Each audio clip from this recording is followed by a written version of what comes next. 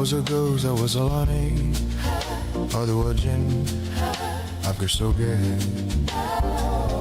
Given the throne, I didn't know how to believe I was the queen that I meant to be. I lived two lives, just try to play both sides, but I couldn't find my own place. Called a problem child, cause see I got too wild, but now that's how I'm getting paid. Good up, she on the stage, and I'm done hiding now. I'm shining in like I'm born to be. We dreaming and hard, we came so far now. I believe we're going up, up, up is our moment. You know together we're glowing, gonna be golden. Oh, up, up, up with our voices. Young one, he gets us so often. Gonna be golden.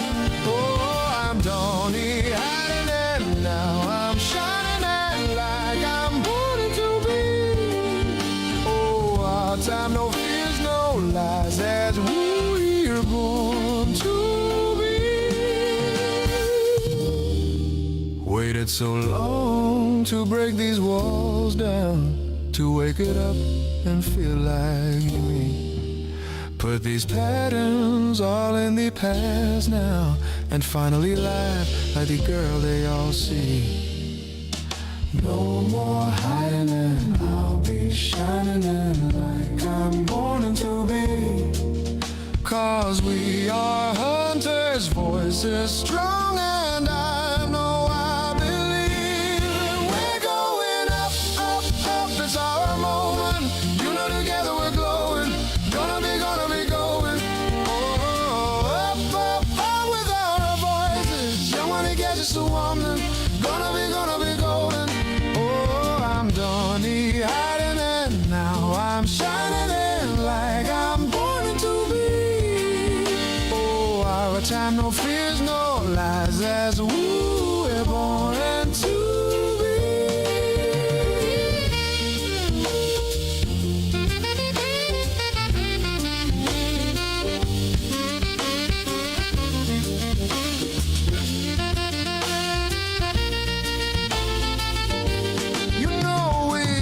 Gonna be golden, we're gonna be glowing.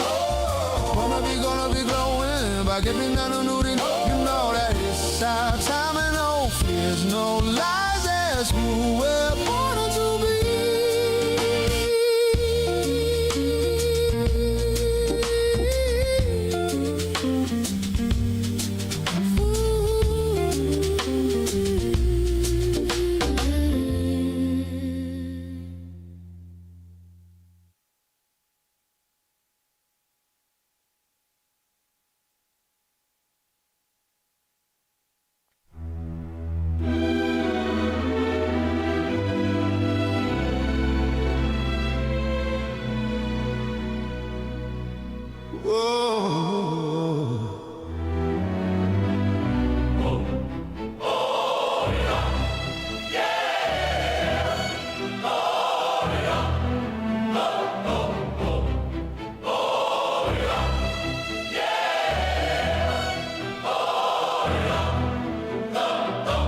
That girl so scandalous, and you know another nigga couldn't handle it. So you're shaking that thing like who's the ish, with the look in your eyes so devilish. You like to dance all the hip-hop spots, and you cruise to the grooves like an acrobat. Not just her bench, she liked to pop, cause she was living la vida loca. She had dumps like a truck, thighs like what? Baby move your butt. I think I'll sing it again. She had dumps like a truck, thighs like what? All night long, let me see that thong. That thong. Like it when the beat goes. Like it when the beat goes. That thong. That girl's so scandalous, and I know another nigga couldn't handle it. And she's shaking that thing like who's ish, with the look in her eyes so devilish. She liked to dance all the hip-hop spots, and she cruised to the grooves like an acrobat. Not just her bench, she liked to pop, cause she was living la vida loca. She had jumps like a truck, thighs like what? Baby move your butt. sing it again. She had dumps like a truck. Eyes like what? All night long. Let me see that thong. Baby. That thong. I like it when the beat goes. I like it when the beat goes. That thong. Come on. Baby. That thong.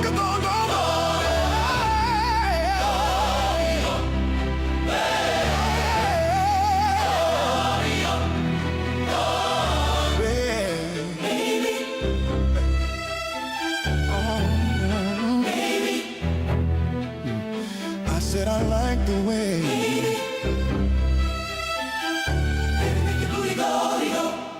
Listen. I said I like the way. I don't think you heard me. I said I like the way. I see you funny. Roll. All right. Yeah. All right.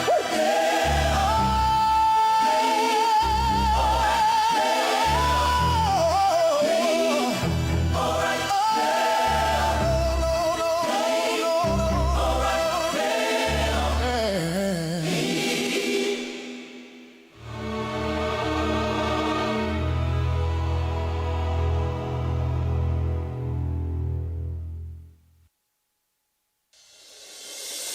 Don't cry, she'll be back tomorrow.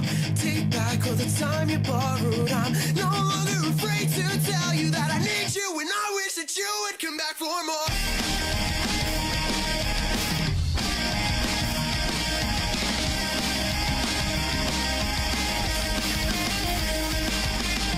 Locked down in a fold-out bed, singing the same song over and over again. You need me half as bad, and I settle for less than that. If I'm meant to shut down, finding you, promise to give for someone who cares for me. I need a cigarette, I have a smoke to waste, I need a smaller bed.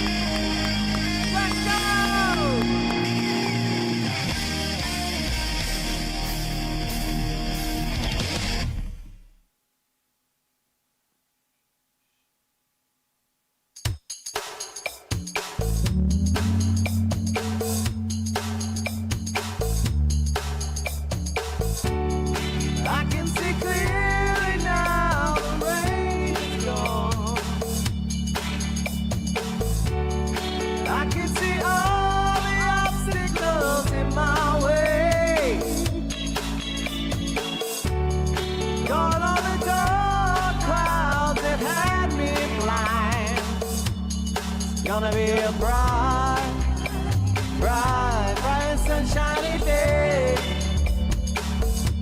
It's gonna be a bright, bright, bright sunshiny day. Oh, yes, I can make it now. The pain is gone, kind of. All of the bad feelings have disappeared. Here is the rainbow I've been praying for. It's gonna be a bright, bright, sunshiny day. Look all around, there's nothing but blue sky. Look straight ahead, there's nothing but blue sky.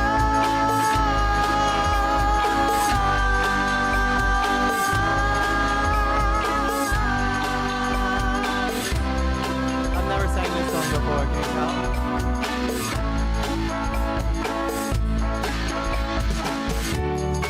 I can see clearly now, the rain is gone. I can see all the obstacles in my way. Here is that rainbow I've been praying for. It's gonna be a bright, bright, sunshiny day. It's gonna be a bright, bright, sunshiny day. Yeah, yeah, yeah, bright, bright, sunshiny day. I choreographed this right now. It's gonna be a bright, bright, sunshiny day.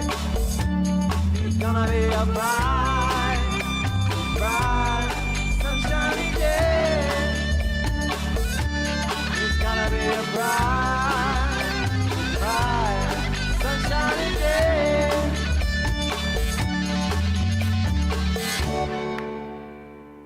Let's go.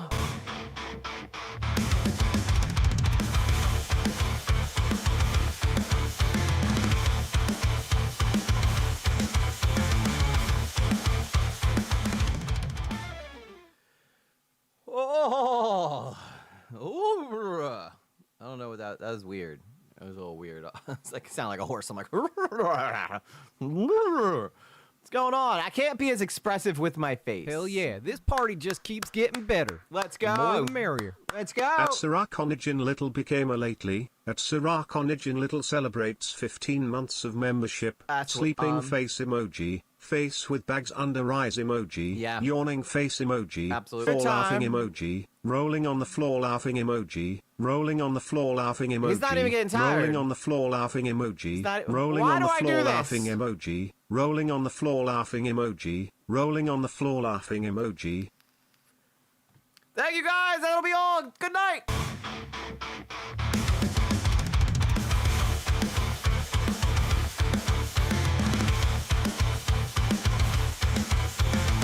I'm just kidding. I'm just kidding. No, we're not. That would have been the greatest stream of all time, though.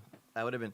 I come in, I just sing a song, just play emojis for the whole time, and then I'm out.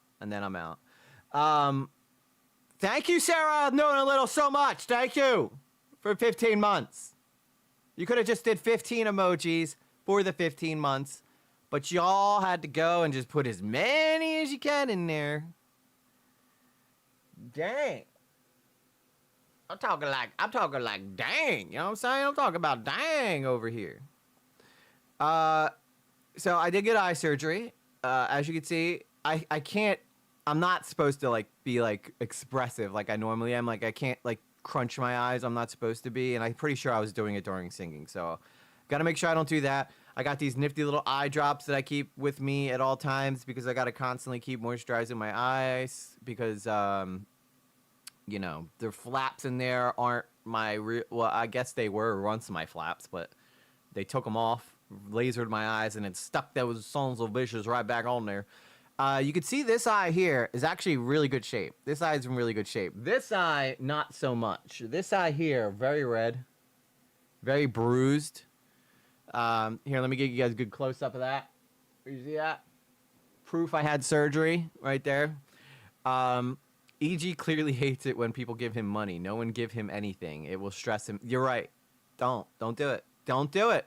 Don't do it. Go give it to Brian and Buckingham, which we'll get into. We got a lot to talk about because I've been away. I can't touch my eyes either. That's a hard thing for me to do. Like I really want to just touch them. I want to touch them so bad. I want to touch these eyes, but I cannot. Alas, I cannot touch these eyes. My daughter decided that she finally wanted to use her computer today, 5 seconds before we went live at 7. So that's why we're starting late. So just deal with it. All right? That's all I can say about that. But let's do some roll call. Let's see who's here. Let's take a roll here. Jay Quellen. Where's Jay Quellen at? No Jay Quellen here? Yeah. Do you mean Jacqueline? Okay. So that's how it's gonna be. That's how it's going to be, man. That's how it's going to be. They put new lens covers in my eyes. So, like, the whole eye is covered. Do your eyes get stuck shut? Not anymore.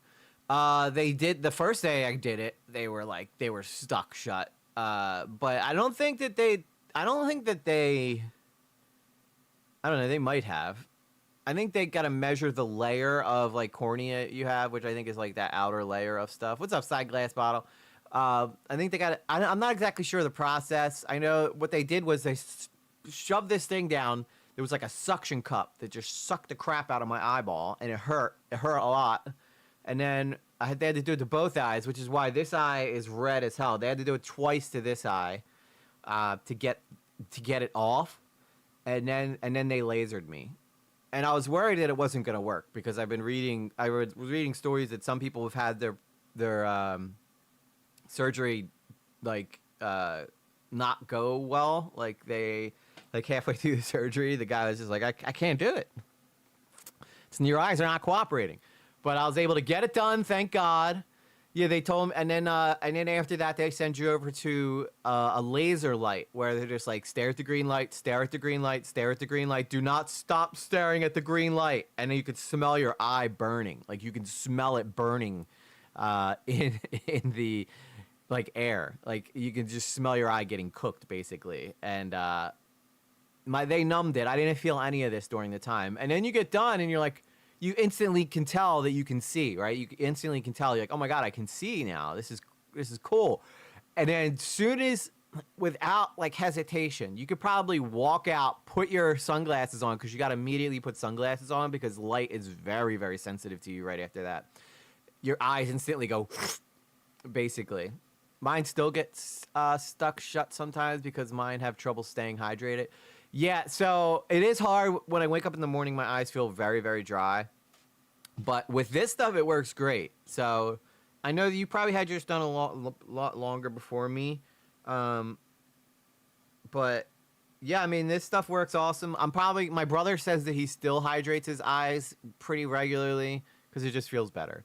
So it might be something I just get used to doing. Damn, I'm glad I didn't get LASIK. I'm going to tell you, I had a good experience, though. It was a rough, when you get home, my dad drove me home from it, and I was getting thrown around in the car left and right because my dad's that's how he drives. And I think he was trying to get me home as fast as possible. But it was like one of the worst car rides of my life, basically. And he would be like, look at this jackass cutting us off. I'm like, I cannot see that. Like, I don't know it. My eyes are closed. I'm keeping my eyes closed as long as I can. You basically got to get home and then try to get in bed and go to sleep as fast as possible. Because the sooner you can do that, the sooner you can wake up and it doesn't hurt anymore. So that's essentially what I did. I went and then I slept until I got my procedure at 3 o'clock. About 3:30, I went home, fell asleep probably by 4:30, and then I slept until I was about 11 o'clock at night. And then little lately was like so concerned for me because all she sees is like her dad getting walked into the house with like basically looking like Ray Charles with sunglasses on, not being able to see anything. So she was very upset.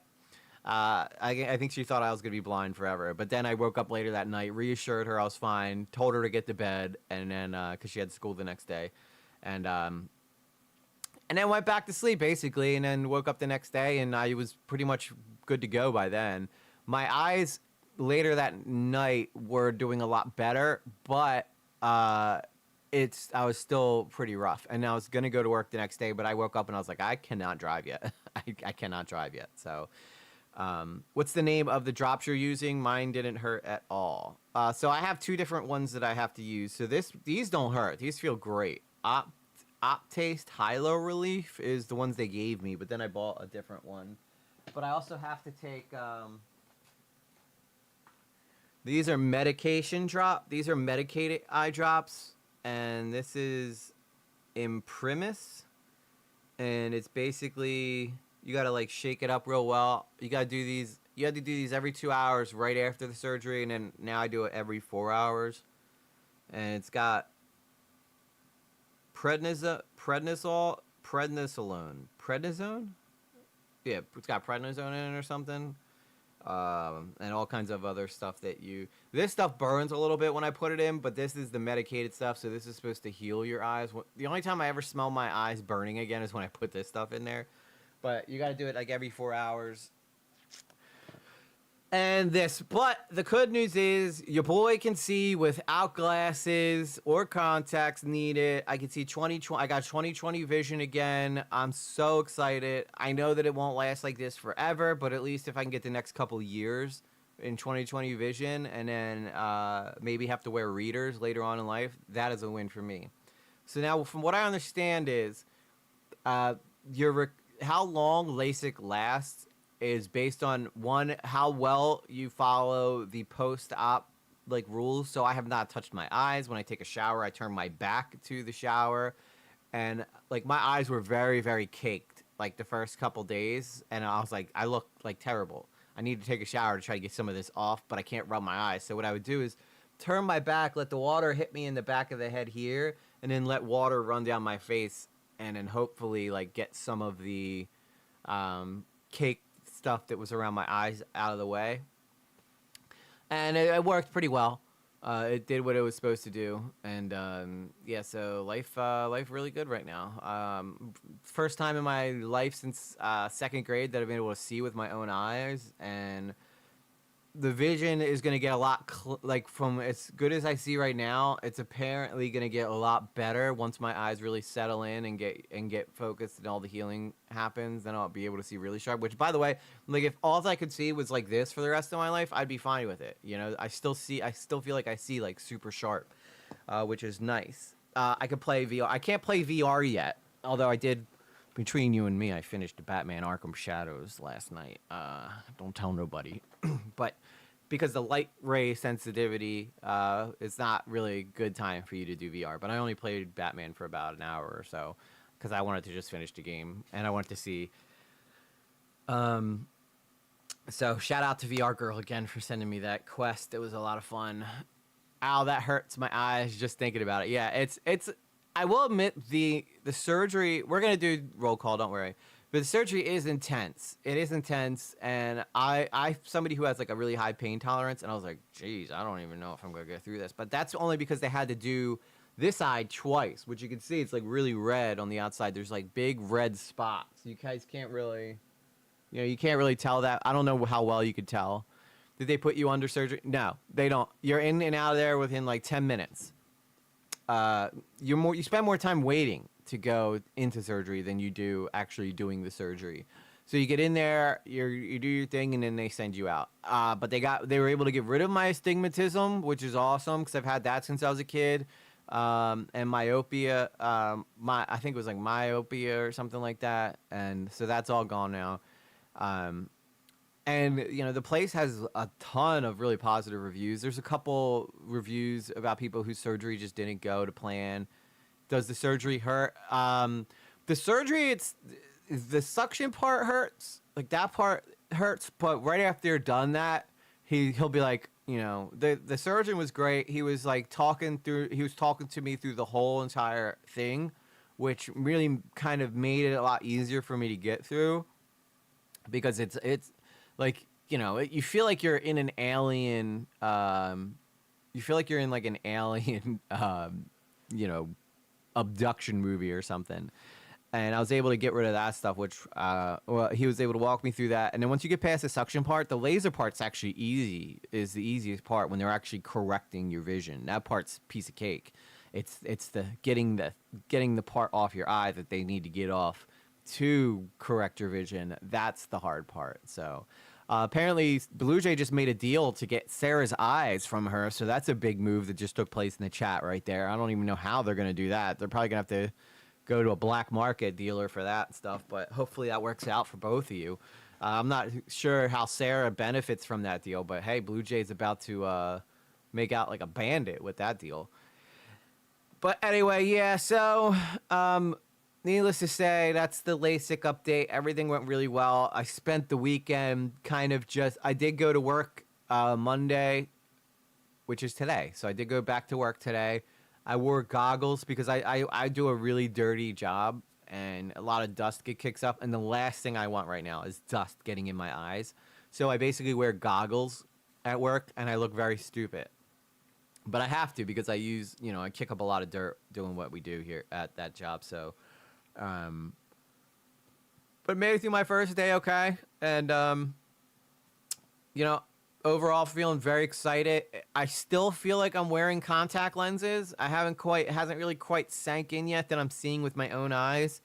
I can feel the air on my eyes too, which is definitely different. I'm not used to that. I'm used to having my eyes completely enclosed in something, whether behind a barricade or something. But when I sleep, I have to wear these goggles too that are just there to prevent me from touching my eyes while I'm sleeping. Because you know how when people sleep, you don't really remember that you had surgery or anything, and you have a good chance, you run a good risk of like hitting yourself with the eyes or touching your eyes while you're sleeping because you're not paying attention to it. So, yeah, so goggles for safety. I wear, for the first week, I got to wear sunglasses outside every day. My room's still pretty dark. I have the lights pointing kind of away from me. Like, they're not, like, on me like they typically are. But this light I can kind of deal with as long as I don't look directly into the ring light. As I just did right there. It doesn't really hurt too bad. So, wait until you cut an onion now. No, I'm not going to cut an onion anytime soon. Not cutting onions anytime soon. But, yeah, when I cut an onion later on when I heal, that'll be good. So... But anyway, that's the update with the LASIK stuff. Your boy's happy. He's very excited. Now he's just got to, he's got to turn the rest of his body into this, right? Ow, that hurt, actually. I've been doing a lot of lifting lately, so that I should have let that heal a little better before I went to go flexing my muscles. But I'm going to try to, so I feel really confident. I'm going to try to get my body in shape now since I've got my face in shape. I got my nose surgery, which cleared up my ability to breathe through my nose. Now I'm going to clear up. Then I got my eyes fixed so now I can see. So now the only thing left is to work on the rest of the body. So next thing you know, EG is going to be a total Chad with a six-pack. I'm going to be doing that thing where the guys, lift up their shirt to wipe their face, even though they're just trying to show off their abs to the ladies. So that's next. But I got to finish letting my eyes heal first, and then we'll be good. But I'm excited to not have to wear glasses anymore. I wanted to go throw them out. I was like, bye, glasses. And I was like, I was going to donate those. So I picked them back up out of the trash and gave them to my mom to go donate them. But somebody could probably use them. They're Ray-Bans. They were like very expensive glasses. So somebody definitely could use them. But I felt good to throw them out. It's like symbolic. So, wow, such a different post-op than me. It should last a lot longer for you. Really? How long was your post-op for ING? Because I'm about, it was rough for like a day and a half. It was rough for about a day and a half. And then I was fine. Like I still get a little I still get a bit of irritation in the side that's bruised, but for the most part, like I feel fine. Sometimes I forget I even had the surgery done. Like that's, I'm kind of going about my life the way it is. So, but I see very nicely. I know that results are different for everybody, but I'd be curious to know what your post-op was like, ING. EG OnlyFans when? Tomorrow. I'm shooting my first adult film. Let's go. It's like. By the way, I've been getting really into the K-pop Demon Hunters. I haven't watched the show, but I really like the music. The music's freaking great. The girl, EJ, and then I found out, like, first off, I'm totally in love with her. She's gorgeous Korean Asian woman. She sings that golden song that you heard. I can't actually play, so I just did a soul cover version of it. And she writes all the music, and I had no idea that she was like somebody who was like been trying to get into the business for like 10 years and never became a star. So she ended up becoming like a kind of like a songwriter instead. So she kind of took a backseat, and then she got the opportunity to step up and do that song. And she's like one of my favorite artists ever, EJ, K-pop Demon Hunters. I saw her do her live performance on Jimmy Fallon. Dude, the girl is so freaking stupidly talented and gorgeous, and I feel like she's the Asian Beyonce. So hopefully she gets a lot of good things going her way. But anyway, yeah, we got a lot to talk about. Let's quickly go through the roll call here, because I did say we're doing roll call. Nothing fancy tonight. Phallic weapons in the house. Sarah, known and little, obviously made her entrance on the grand stage. Carla stops here. And Taleshian shift. Do you keep looking for your glasses? Not yet, because I'm still sleeping in them goggles. So I take those off because I can't touch my face while I'm sleeping. But I take those off, and I haven't. And that's kind of still the symbology. But when I'm not using the goggles and I start sleeping like in my regular eyes, yeah, it's probably gonna be a couple times where I wake up and I'm gonna feel like I need to go for my glasses, just because it's been cooked into my brain for the past 30 years. Carla, stop over on Twitch. Thank you. EG bottoming videos. Woo. No. ING in the house tonight as well. Maya Draco Lazowski, good to see you. Timey Wimey always here. Love to see you. Blue Jay, the bluest of all Jays. And Raja Jajira. Watch her grow. That's a chia pet, in case anybody's not as unk as I am. The side glass bottle in the house. I did cut off. I didn't get this up right away, so I might have missed some of the first chats that came through here. But right now, it looks like it's the usual suspects. Thank you again, Sarah, for 15 months of membership. That's awesome. I don't think you guys realize how much it means to me, your guys' memberships, and how much it helps out monthly. Because when my videos perform poorly, you guys just having memberships help me big time. Fabiola Case, how you doing, girl? How you doing? Fabiola Case getting here just in time, not being marked tardy for the party, because you don't want to be tardy for the party. Nobody wants to be tardy for the party, right? We'll have a good time. We'll have a good time. That was the first time I sang a song since getting my surgery, though. But I think I'm out of like the danger zone of like doing a lot of damage accidentally, like right away. Granted, I still need to let this first week go by. I'm probably going to let a whole month go by before I ever even consider touching my eyes or rubbing my eyes to like wash my face or something. So your boy's going to have some dirty ass eyes for the next month. I still let water and soap run down them. I just don't open them and stuff. But that would really suck if I got soap in my eye with this, dude. That would be terrible. But feeling good. Feel like I'm looking good. I got the total chat thing going down. No more nerdy EG. Maybe I'll buy like black frame glasses just for funsies, you know. But as far as that goes, very excited. It's definitely a new chapter for me in my life. So anyway, let's get ready for some hot topics, because we got a lot of shit to talk about tonight. So let's talk about it. It's time for hot topics. Wake up. Nothing is out of context. I am an Islamist, fundamentalist, radical terrorist. I am. Holy shit, I see that nothing has changed with Hassan. Still total terrorist. Let's lube up the old balls here. Gotta lube the balls. It's gonna look like I'm crying though. I'm so sad. I'm just so sad that Hassan is still a terrorist, and he wasn't actually arrested in He wasn't actually arrested in China.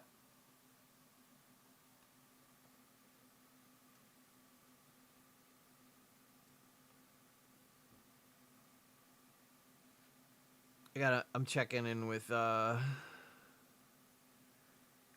Daniel's crew just messaged me and said she will be here soon. My game crashed. That's not good. We can't be having no game crashes. But I do lube up my eyes quite a lot. EG forgot me in roll call. No, I didn't. You were like the second person I said, Phallic. I did not forget you. Go back and watch the tape. Go back and watch the tape. I guarantee you heard it. You were literally the second person. I just didn't do like anything fancy. I started doing fancy stuff when I got to Sarah's name, but I the first couple names I said, I just said them. But I know I got you because you were the second name I got. I think I said I can't remember who I said first, but definitely did not forget you. I had to do the sleep thing and drops. Didn't hurt at all. I could see the next day. No goop. Wasn't told to wear sunglasses. Really? That's interesting. When did you get yours done, ING?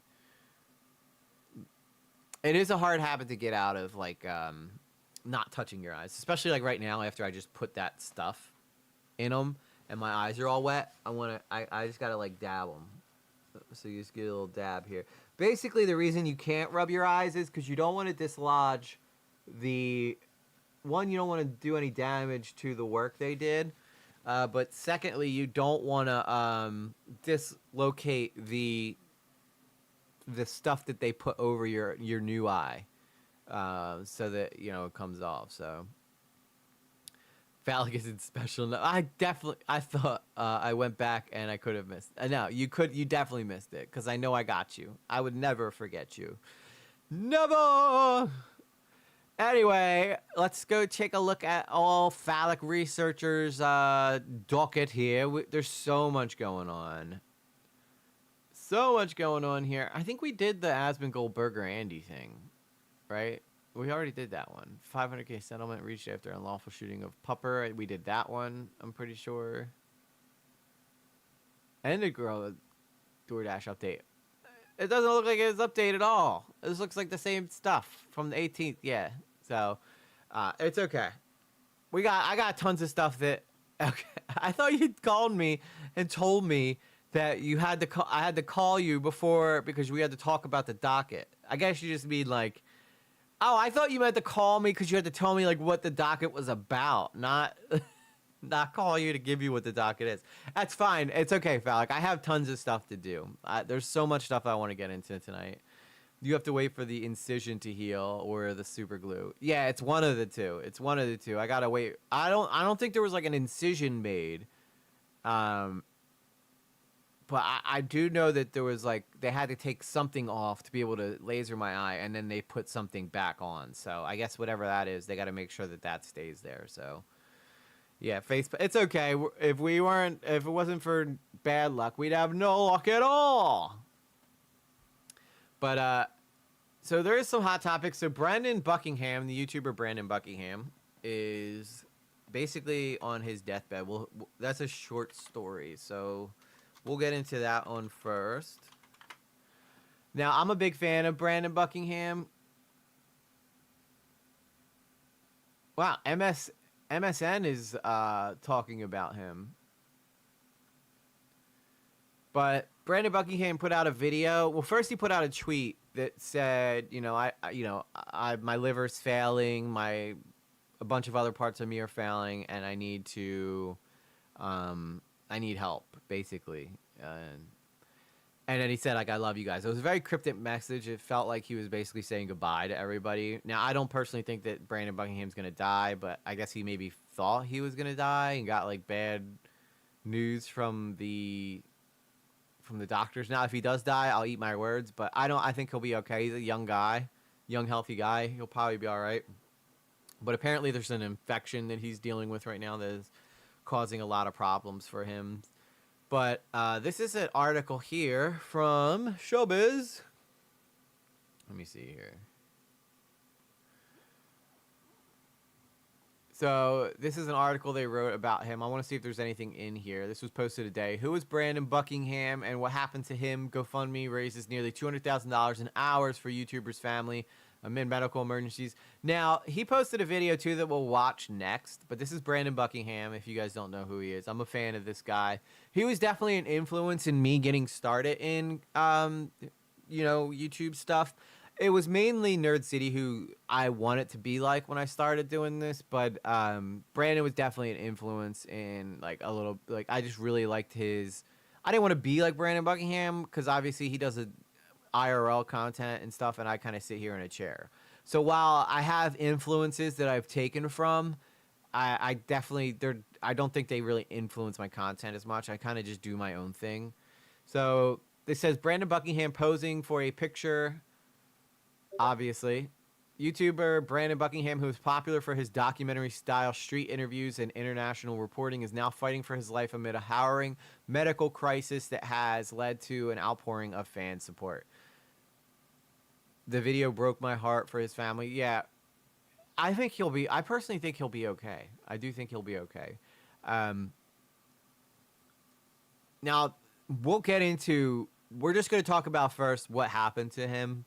And then we'll talk about all the conflicting reports and the backlash that some people have given him, and we'll talk about whether or not that's valid. But the 30-year-old creator was admitted to the ICU earlier this month after he suddenly went deaf. His face began to swell, and he found it hard to breathe, symptoms that doctors would later link to multiple organ failures. As the condition grew increasingly dire, Buckingham asked his audience for help, noting that he wouldn't be able to survive the disease and that he's no longer been able to support his family and their newborn baby. Brandon Buckingham could go back to being a teacher if he wanted to. I'm pretty sure it'd probably be a little harder for him to get a job because of some of the content he's made, but he wants to be a YouTuber. He quit doing teaching to become a YouTuber, but he does have his teaching degree, so it's not like he doesn't have it to fall back on if he needs to. And this is where we'll get into the conflict later on. But again, I'm a fan of this guy. I think he does good work on the street. He's come to Kensington a bunch of times, and I've been truly concerned for him because I do think I always say he reminds me of my friend Bobby that I had that passed away. Bobby looked like him. They both acted very similar. There's also the mom who was jumped by a bunch of kids. Yeah, okay. Yeah, there's like I said, there's a ton of shit that we got to talk about tonight.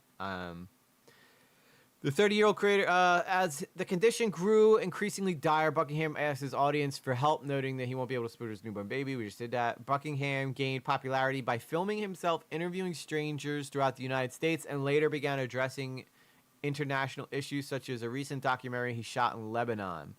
His channel has amassed over 1.2 million subscribers, many of whom have praised his work for its honesty and willingness to shine a spotlight on overlooked problems. In a series of heartbreaking posts, Brandon Buckingham wrote the doctors diagnosed him with acute systolic heart failure, kidney failure, liver failure, and other illnesses related to pneumonia. So I don't know if, he has to have all three come back. But I think there's probably one infection that probably is causing all these failures. Specialists initially suspected tuberculosis was playing a role in his rapid decline, but the diagnosis was eventually ruled out. His condition, however, is still critical. His heart is only working about 15 to 20% capacity. Buckingham reported in an earlier update that his lungs, as well as his kidneys and liver, are still very damaged. Now, this guy has been, if we watch some of his videos, he drinks like crazy, smokes weed, does drugs, you name it. This guy, he does it, right? So he doesn't exactly live like a super healthy lifestyle, although he does do like jujitsu and stuff. So it's not like complete, and he's like ripped basically. At least he's got like a six pack. But he does drink a lot when he goes to some of the inner city places he goes. He'll be like just sitting there chugging Hennessy. I'm pretty sure he's done like drugs live on stream because he was basically passed out in one of his videos that he said was very stupid of him to do. So, and this is like some of the concerns I had about him going to Kensington and stuff and being around that. All it does is for you to want to just experiment with it one time and then you're hooked, And that's what killed my friend Bobby. Bobby was an addict, and that's what killed him. And he reminds me so much of Brandon. Hang on, let me turn off. I need to turn off the Discord stuff because it's gonna be bleeping and blooping this whole time. And well, frankly, we just don't got time for that. We don't got time for no bleeps and bloops, you know. So I can't mute this one though, in case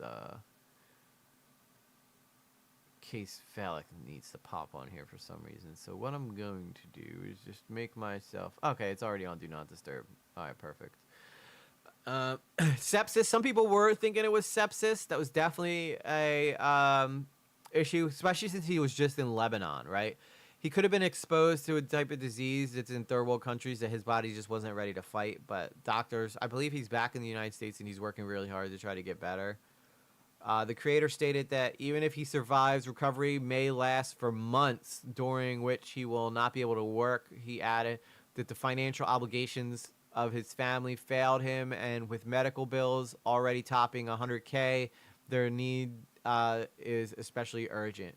I will need help with things like my mortgage, utilities, baby supplies, and over $100K in medical bill debt I have racked up while dealing with this nightmare, he wrote in the campaign's bio. His physicians have advised him that he probably require 2 to 4 months of bed rest and long-term medications.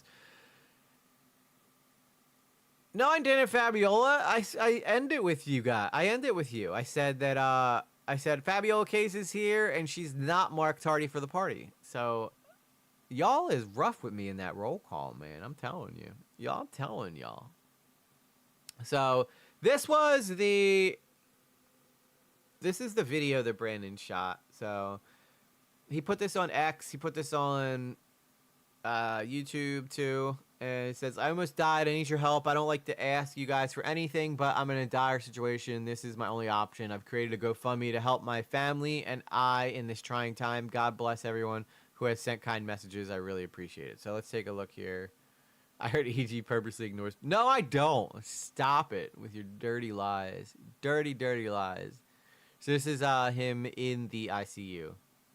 Hey guys, my name is Brandon Buckingham, and it really pains me to write this, but I feel obligated to only because I have an 11-month-old baby who is taken care of by my beautiful stay-at-home wife who I provide for. This does seem really low. 4 days ago, I woke up not knowing where I was, completely deaf, my feet were swollen, and I was in severe pain. I was rushed to urgent care and eventually the ICU. Yeah, I don't know what to do. I guess I could turn it up on stream for a minute here, but it's for some reason it's just really, really quiet. I think that's the video. He doesn't have like his main setup, so. Hey guys, my name is Brandon Buckingham, and it really pains me to write this, but I feel obligated. Oh, you know to what? because Hang on. I Hang on. I think I know why that's probably the case. I need to put this here and... No, it's already on HD 60. Yeah, I don't know why it's so quiet, guys. I don't. an 11-month-old baby who is taken care of by my beautiful stay-at-home wife who I provide for. 4 days ago, I woke up not knowing where I was, completely deaf. My feet were swollen, and I was in severe Hopefully you can pain. somewhat hear him now. I It's a was quiet rushed to urgent video. care and eventually the ICU. I was very disoriented, confused, and unable to breathe. The initial diagnosis was acute systolic heart failure. Acute systolic kidney heart failure, and failure. liver failure, all things brought on by pneumonia and subsequent sepsis or possibly tuberculosis. Okay, so he says that it got brought on by either sepsis, pneumonia, or tuberculosis. The good news is they no longer think I have tuberculosis. The bad news is my heart is still failing, and my lungs and kidneys are still in very rough shape.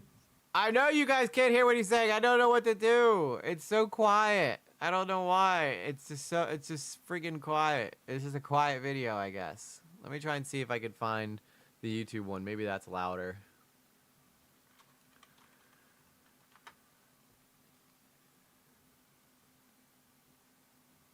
Don't know what to do. I don't know what to do.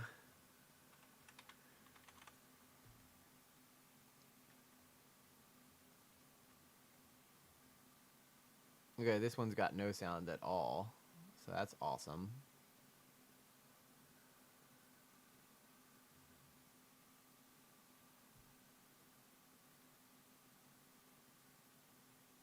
What is going on here?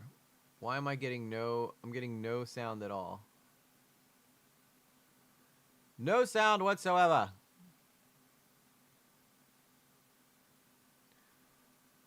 I turned my volume up 100, but now EG's yelled at me.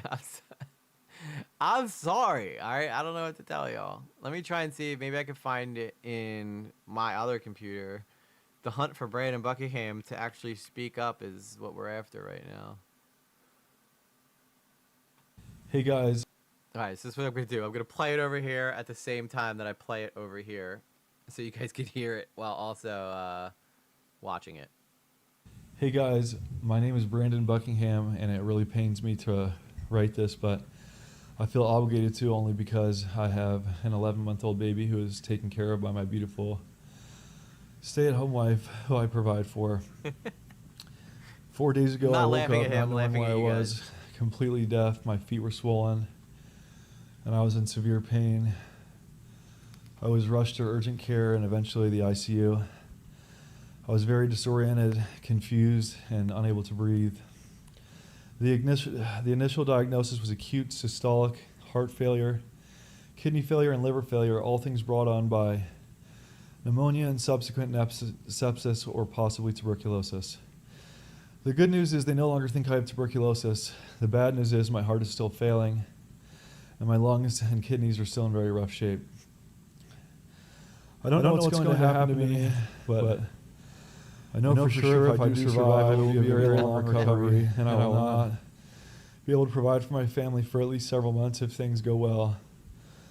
A cardiology specialist informed me that I may be on bed rest for 2 to 4 months, and as I recover from this very scary, life-threatening illness, I will need help with things like my mortgage, utilities, baby supplies, and the over $100,000 in medical debt I've racked up while dealing with this nightmare. I will also likely need to be on heart medication the rest of my life.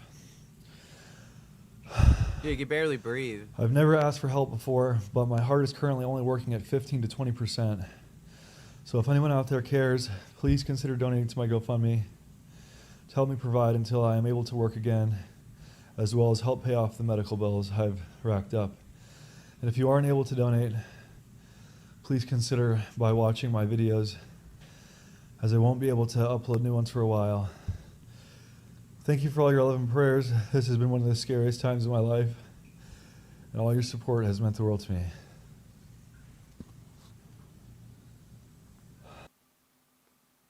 Yeah, he's not doing well. Not doing well. And now, what I want to get into next is, okay, first off, I want to apologize to everybody who I yelled in your ear, okay? And also, I was not laughing at, like, Brandon. I was laughing at some of the comments about how I was yelling in your ear when you guys put the phone up to your ear to hear Brandon, and then I yelled at ING for saying you couldn't hear him, I knew. So I just want to make that very clear before anybody clips me laughing at Brandon. I'm not laughing at Brandon, okay? I love Brandon. I think Brandon's a great creator. I'm a big fan of him. The last thing I'd ever do is laugh at someone suffering. Now, this has brought out some of the best people on the internet and some of the worst people on the internet. And what do I mean by that? So if we go and take a look here. What's up, Daddy Scambait? This is the comment section here for...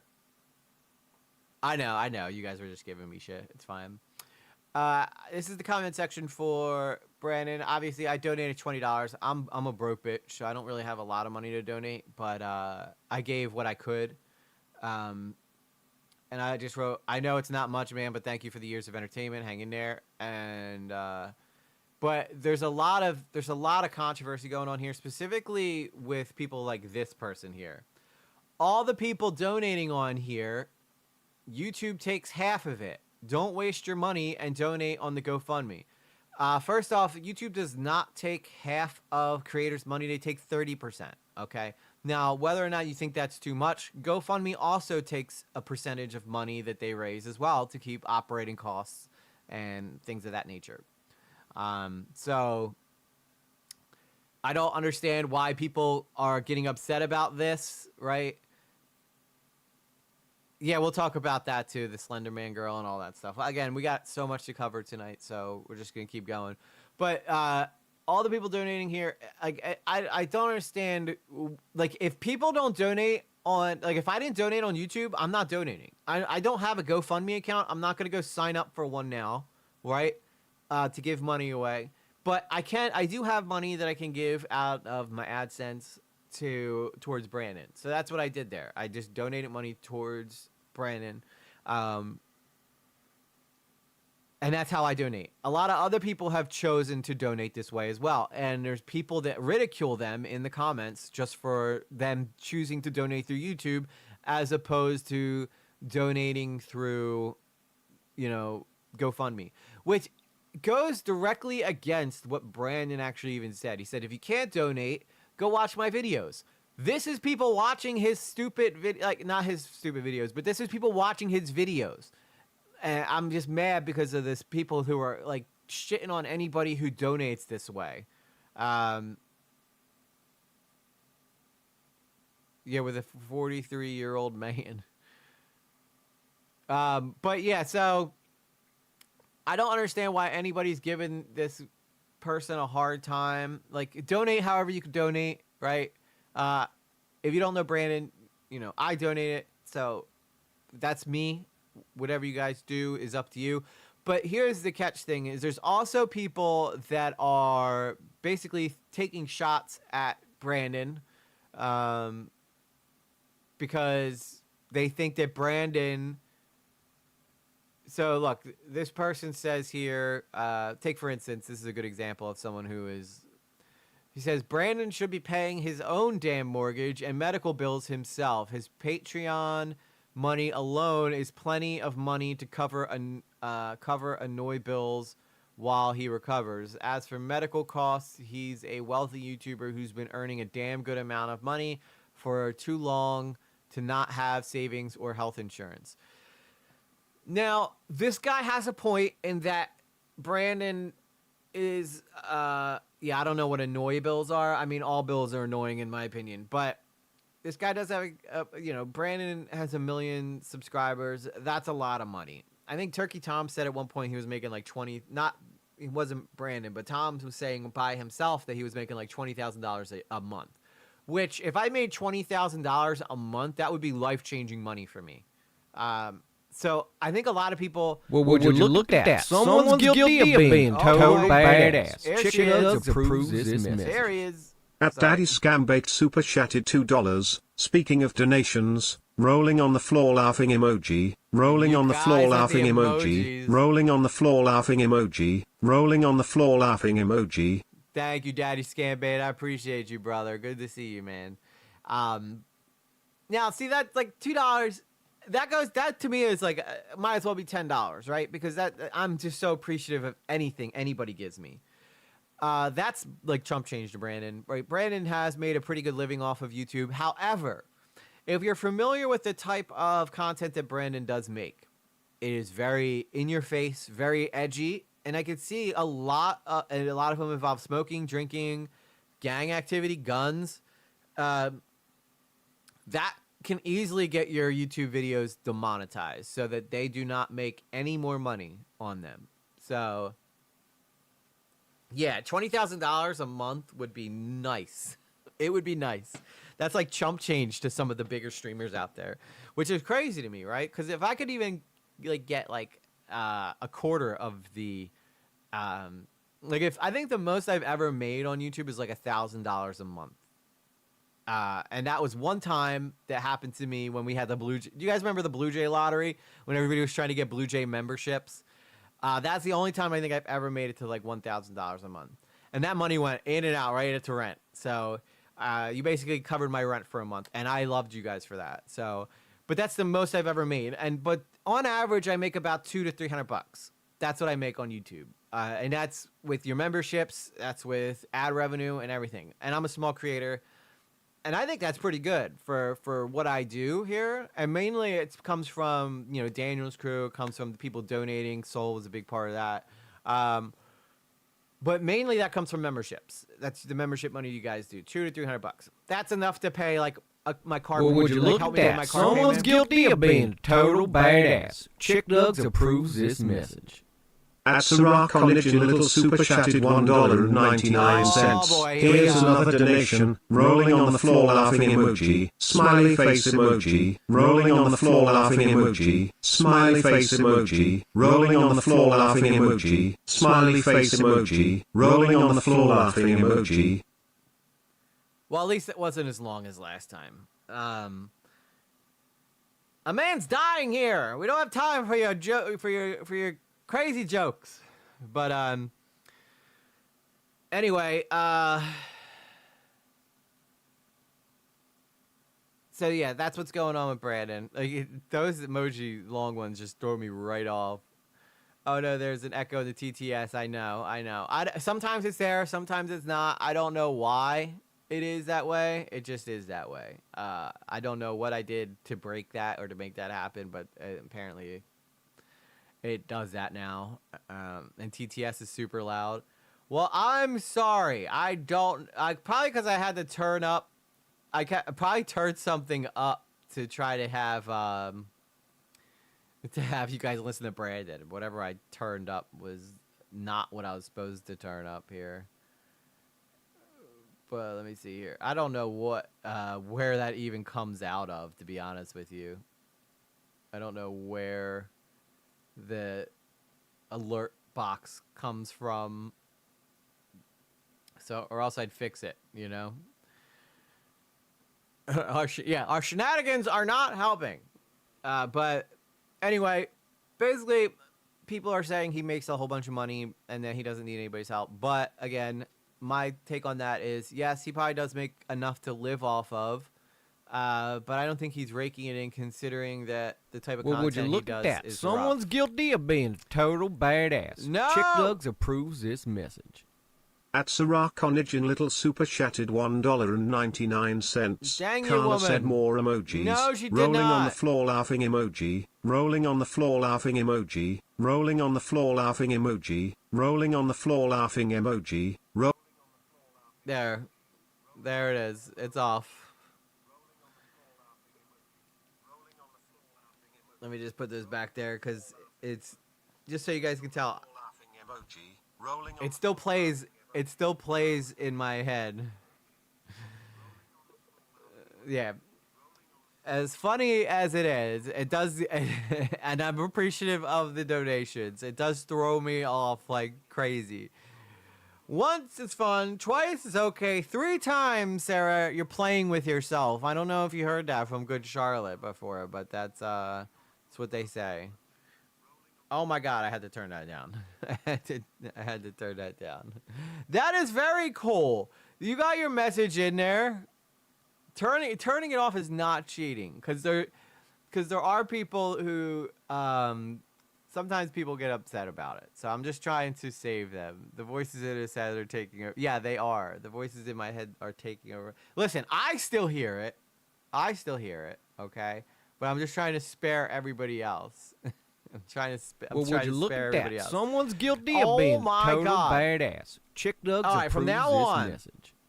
At Fabiola Case 2566 Super Chatted $2. We do what Carla Stop says. Rolling on the floor laughing emoji. Smiley face emoji. Rolling on the floor laughing emoji. Smiley face emoji. Rolling on the floor laughing emoji. Smiley face emoji. This is Rolling on the Fabiola's floor first laughing time doing emoji. it, so Smiley I'm letting face it go. emoji. Rolling on the floor laughing emoji. Smiley face emoji. Rolling on the floor laughing emoji. Smiley face emoji. Rolling on the floor laughing emoji. Smiley face emoji. Oh, God. Rolling on the floor laughing emoji. Smiley face emoji. Rolling on the floor laughing emoji. Smiley face emoji. Rolling on the floor laughing emoji. Smiley face emoji. Rolling on the floor laughing emoji. I don't even know where Smiley we're face at in here. emoji. Rolling on the floor laughing emoji. Smiley face emoji. Okay. I'm going to make it so that TTS only plays over $5. So if you guys do emojis, you're going to have to, it's going to cost you. It's going to cost you. No more $2 long time. Okay. No $2 love me long time. All right. We going to cut that out. mainly because some people, you know, it does drive away some viewers if it happens too much, and we don't want that either. But I do appreciate your guys' super chats, so don't think I don't. It's just I have to also keep the stream going. So, and if it gets too out of hand, I'm gonna cut that right out. We'll turn this car right around, okay? We'll turn this car right around.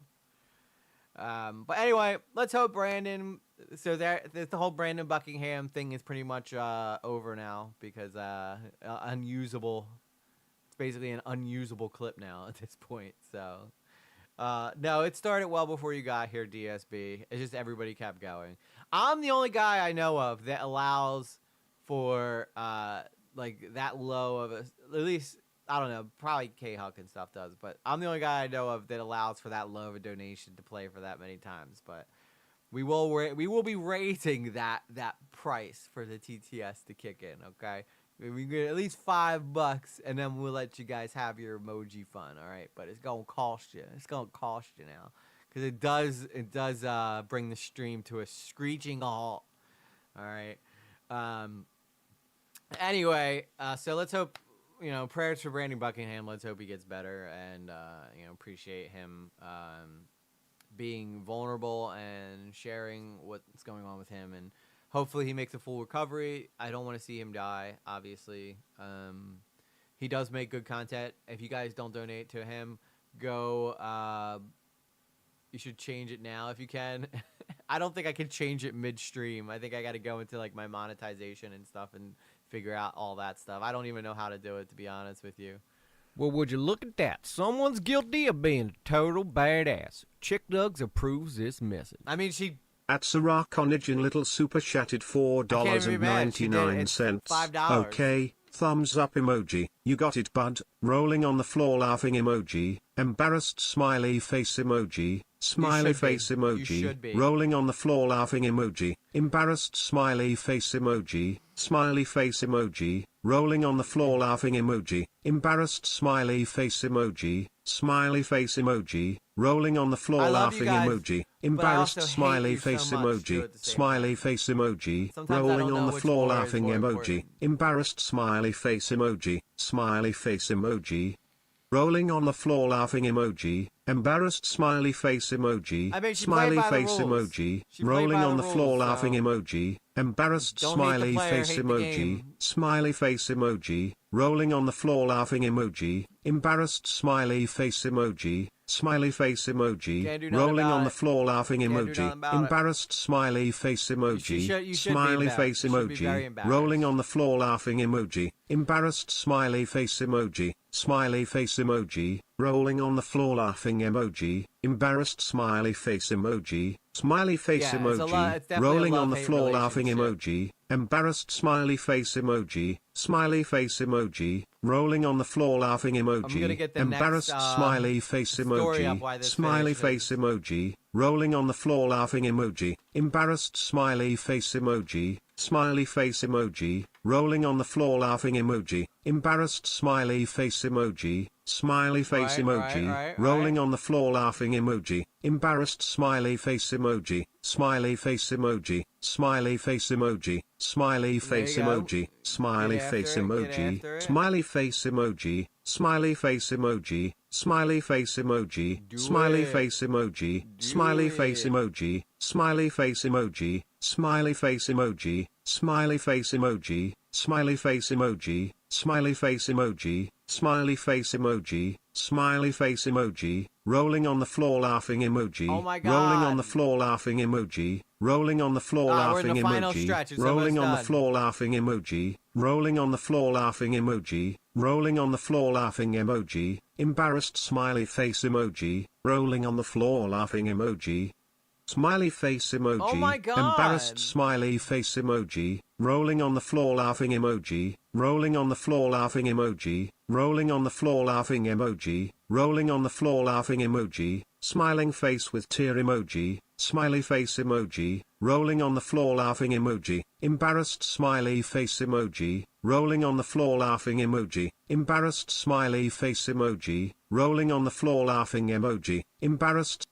Okay, That's enough of that. That's enough of that. I tried to let it go as long as I could. We're gonna start losing people though. We're gonna literally start losing people if I keep letting that play. So I'll keep it very low so that I can tell if it's when it stops. I did, but I didn't mean 1,000 friggin' emojis. Jeez Louise, girl. Jeez Louise. Would you look at that? Someone's guilty of being a total badass. Chick Dugs approves this message. All right.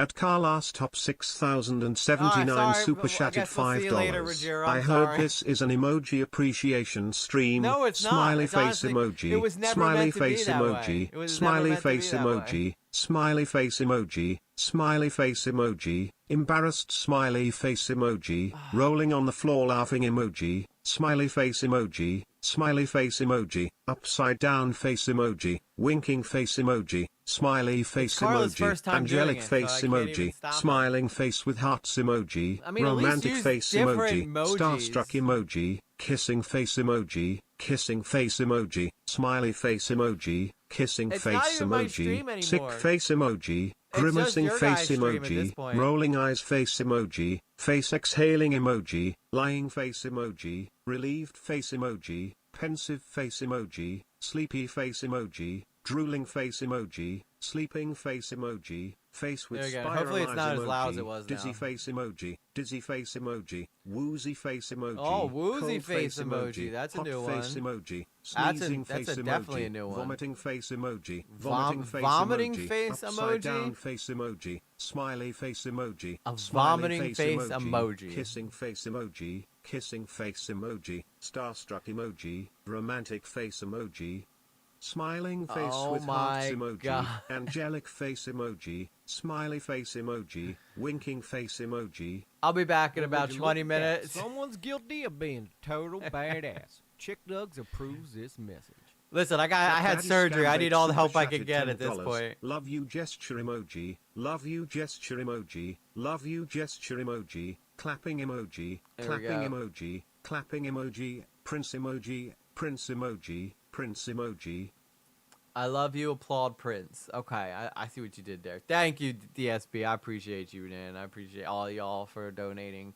Even if it's in the most annoying way possible, I still appreciate y'all. All right. We stuck with each other at this point. You know, nobody ever said it was going to be easy getting money on the internet. It's all I can think of. Nobody said this was going to be easy. You got what you I got what I asked for. You're right. So $500 now for no. I don't think I could accept $500. Honestly, I don't think I could. Technically, that was really only a $3 donation because YouTube takes 30%. So you know, I joined the stream 15 minutes ago and it's been almost. Hey, you know what? It's a dirty job, but someone's got to do it, VR girl. By the way, guys. Big ups to VR girl. I know I told you guys this last week, but she sent me the sweetest thing. She sent me a whole VR headset just so we could do some collabs. It was the nicest thing anybody's ever done for me. This is my first time seeing her in the... You did not donate $500, Carla. Just because you changed the font doesn't mean that that's true. Although I've never seen that color before. So I don't know if maybe that's just Twitch's color. Nice try though. If you sent me $500, you would be. I don't even know what I would do. I think Wavy Web Surf has a vid on this girl. Yeah, he does. So she escaped custody. So they let her out of jail, and she escaped custody. So let's take a look here at this Morgan Geyser Slender Man. By the way, again, yeah, thank you. So make sure everybody goes checks out VR Girl stuff. We're going to be doing a collab in the future. Very excited to work with her. She's super professional. The chat has pledged 500. Yeah, there you go. Get to 500 and we'll let all the emojis fly, dude. We'll let them rip. It'll just be a whole stream of just emojis. Brandon Buckingham's over there dying and I'm getting money just so people can spam TTS emojis in the chat. But anyway, okay, let's take a look here. So this is the Slender Man girl. So Police in Wisconsin say a young if you guys aren't familiar who the Slender Man girl is, she was a 12-year-old girl who stabbed her friend to honor Slender Man, which is batshit crazy, but I guess that's what 12-year-olds do. So anyway, let's take a look at this story here.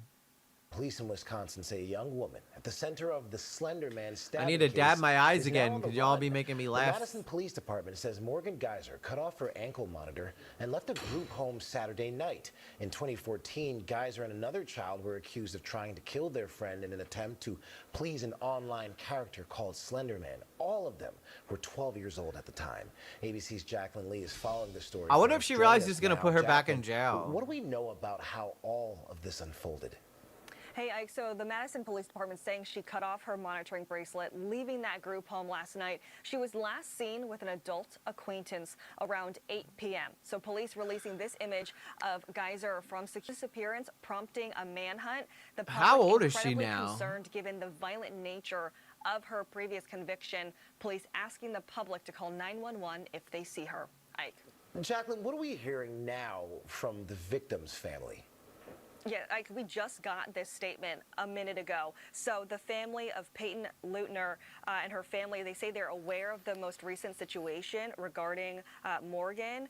Peyton and her family are safe. They're working closely with law enforcement. She's 23 to now? ensure their continued safety, and the family thanking all of the law enforcement entities involved in trying to apprehend Morgan. Now so it's got low. that from Steve Lyons, who is a spokesperson for the Leutner family. There you go. Ike. I'll turn it back And down. Jacqueline if the Morgan emojis Geyser start spent again. more than a decade in a mental hospital after she was found not guilty by reason of mental disease or defect. She was then transferred into this supervised facility earlier this year, but there were also some objections to that. Is that right? Poor That's right. So Rajira. back She in just July, wants to watch some a good judge approved a commentary. plan to move her from a mental hospital to that supervised facility. But earlier this year, prosecutors raised concerns alleging she had violent communication with a man outside the facility and read a book in the facility with themes of sexual sadism and murder. Just a reminder. Dude, it's crazy. Like, you think this... I feel like this girl is just never going to be better. I think that she's just born this way. I think she's just genuinely a messed up soul, honestly. Reminder, Ike, she and another girl were 12 years old at the time when they stabbed a classmate 19 times in 2014 to please the fictional character Slender Man. She pleaded guilty to first-degree Luckily, that girl lived. intentional homicide. Ike. All right, Jacqueline Lee, thank you for that update. By the way, she was caught. Is this... Oh, this is her getting arrested. I didn't even know they had a body cam of this out already. Let's take a look at this. Please let her go. Then give him your name. I did something wrong. What did you do She doesn't wrong? know what I did. Okay, that's fine. I ain't. Let me talk to you over here. Okay, I'll put What, you back. what is it that you did wrong? I did something really wrong. What? 47 and Cicero. What did you do wrong? 47 and Cicero. By 500 rolls. Is she gonna say I'm? So I guess like the people that she was with didn't realize that she was the Slender Man. All she has to do is say I'm the Slender Man stabber, and I think most people would know who it is. But by the way, I know that we have a lot of fun and games in here, and I complain about the emojis. But thank you guys from the bottom of my heart for all the donos. You guys know it means a lot to me, regardless of how psychotic they might drive us. Money's still money, and at the end of the day, I appreciate every single one of you because I know that money's coming out of your pocket. So thank you again. It's not that. Nothing. It can't be that serious. Charlie X-ray 3727. What was it? We have to identify. Okay, well, you agree. And what is your name? What's happening? We don't want problems with you, okay? We just need to ID you. That's it. Okay. Now, I ain't What trying did to you have do a wrong? conversation for 4 or 5 days, maybe even a week. See if What? I come back. Okay? The guy she She supposed to doesn't know want to her be real chick. Okay. Well, But Because if she told her who her real name was, Morgan Geyser is a very popular person online. Most people would know, and that's why she keeps it a secret, I would guess. Nobody wants to be around the Slender Man stabber, you know? Because then you're just like, well, are you going to stab me next to appease Slender Man? Do you realize that that was all, like, stupid? Give him your real You're gonna give name. me your Don't real tell information. him. I don't care about her records. They're dealing with you. Okay? Can't give me your information? Why? Why can't you give me your information? What's wrong with that? So he says he just can't give me his information. Okay, so take him in custody. And then your last name? G-U... What is it? G-E-Y-S-E-R. I promise she did not know. G-E-Y-S... She's acting like she's Michael Jackson. Like, yeah, she's popular on people who are online a lot, but like she's acting like she's like, you know, Leonardo DiCaprio or something. E-R. And then what's your date of birth? May 16th, 2002. These cops don't even know who she is. So Morgan is your first name, right? Yes. G-E-Y-S-E-R. No. Let me say goodbye, please. Okay, we will. I will never see her again. Yeah, you will. No, I... Nah, well, she probably won't see her again because once this person figures out who she is, he's probably not gonna, want to be around her. I think that's what she's probably trying to say. 304. Because I did something bad. Let me say goodbye. We will let you say goodbye, but just stand by until we figure out what's going on. And a teen who was convicted of Wow. That was short. Why did it get so? Why is that so short? I feel like it's. I feel like it was unfinished. Yeah, I was just reading some of these comments. I wouldn't give her that pen. Is the first comment. The white privilege is telling. Another creepy Democrat. Oh God, we're not even getting started with that. We're not even getting started with that. No political poo tonight, folks. So essentially, this was her getting caught. She has been caught. She cut off her ankle monitor, ran for the hills, escaping a home. So she got paroled, which was a big stupid move. All she had to do was like leave her ankle monitor on and like do out her time, because the girl lived. The girl that she stabbed lived, but it's still the terrible thing, the terrible nature of the crime that she did, that's gonna make her a watch the wavy web surf one. I know the story. I know the story behind it. But we're not going to get it. I just wanted to talk about her escaping right now. I didn't want to go into like the whole lore behind her, because really there's a main topic I want to talk about tonight that involves the girl on the cruise ship that was murdered. So I want to talk about that one, but I'm trying to think what else did I want to talk about tonight, because there's so much stuff going on right now. I don't think I care that much about Emery having a new boyfriend, but I think this was the other one that I wanted to talk about. I didn't know the girl she stabbed lived. Yeah, she did. Yeah, the girl that she stabbed ended up surviving, which against all odds, because they stabbed her and left her there, and that's the only reason she got out. Had that girl died, I don't think that she would have been let out of jail. I think due to her age and the girl's age that helped her, I think that that's why she was let out. But this girl's in for a long life of just really heartbreak and sadness, because nobody's gonna, and I think she knows that too. But that's why you teach your kids better. You know, make sure they know Slender Man. Like, I always, whenever my daughter's really has like a high morbid curiosity, and I always make sure I make it very clear to her that the stuff that she's watching is make-believe. It's not real, all right? So don't take it too seriously, all right? But they caught her, so now she's just going back to prison, unfortunately for her, for cutting off her ankle monitor, and I guess maybe that's why she thinks she's going away forever, but she'll probably be paroled again at some point, because they tend to let, you know, these young people get a bunch of, get out of jail free cards, so... let me see what this one says here. Officials at Wisconsin Department of Correction say that they issued a warrant for Keisers 30 minutes after they were notified that she had cut off her monitor. Yeah, but Madison police say they were not notified until the next morning, roughly 8 hours later. Investigative reporter James Stratton with who knew what and when. Tonight, Morgan Geyser is in custody after roughly 24 hours on the run. Saturday night, 9:30, Madison police say Geyser's GPS monitoring was malfunctioning. Wisconsin Department of Corrections monitors the bracelets, telling 12 News they need to go through several steps, including resetting the device, contacting the client and the facility where they stay. Geyser is under the care of the Department of Health Services, DHS not releasing much info because she's considered a patient. By 11:35, police say group home staff told DOC she was not here. By midnight, a statewide warrant for her arrest was issued, saying, quote, the DOC and the DHS both actively work to support local law enforcement efforts to apprehend the individual. However, Madison's police department says they weren't notified that she was on the run until someone from this group home called 911 around 7:46 a.m. on Sunday. Madison's police chief was asked about it Monday. The time was not ideal, but we'll take a look at it. We'll work with DOC to figure out how do we improve on the next go around. The state says they worked with the Waukesha County law enforcement on a nationwide warrant, but both Waukesha County Sheriff's Office and Waukesha Police tell 12 News they were not contacted by the state. The Waukesha DA saying she is angry the victim wasn't notified for hours. Obviously, we want to say. Yeah, I think that's the biggest issue here is that the girl that she stabbed should have been notified that that girl is out there. Because how does she know whether or not Morgan has any intention to go and try to kill her? That could be very traumatizing for that girl if she knows that Morgan's out there running around. So I think that is cause for concern. Maybe she wants revenge for her for surviving or something. I don't know personally. They still would have caught them. They were 12-year-old girls. They had no idea what they were doing.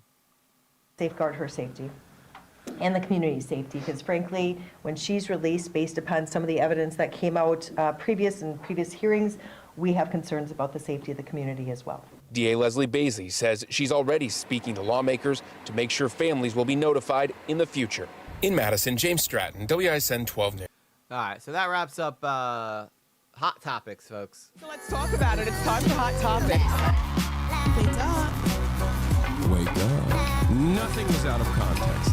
I am an Islamist, fundamentalist, radical terrorist. I am.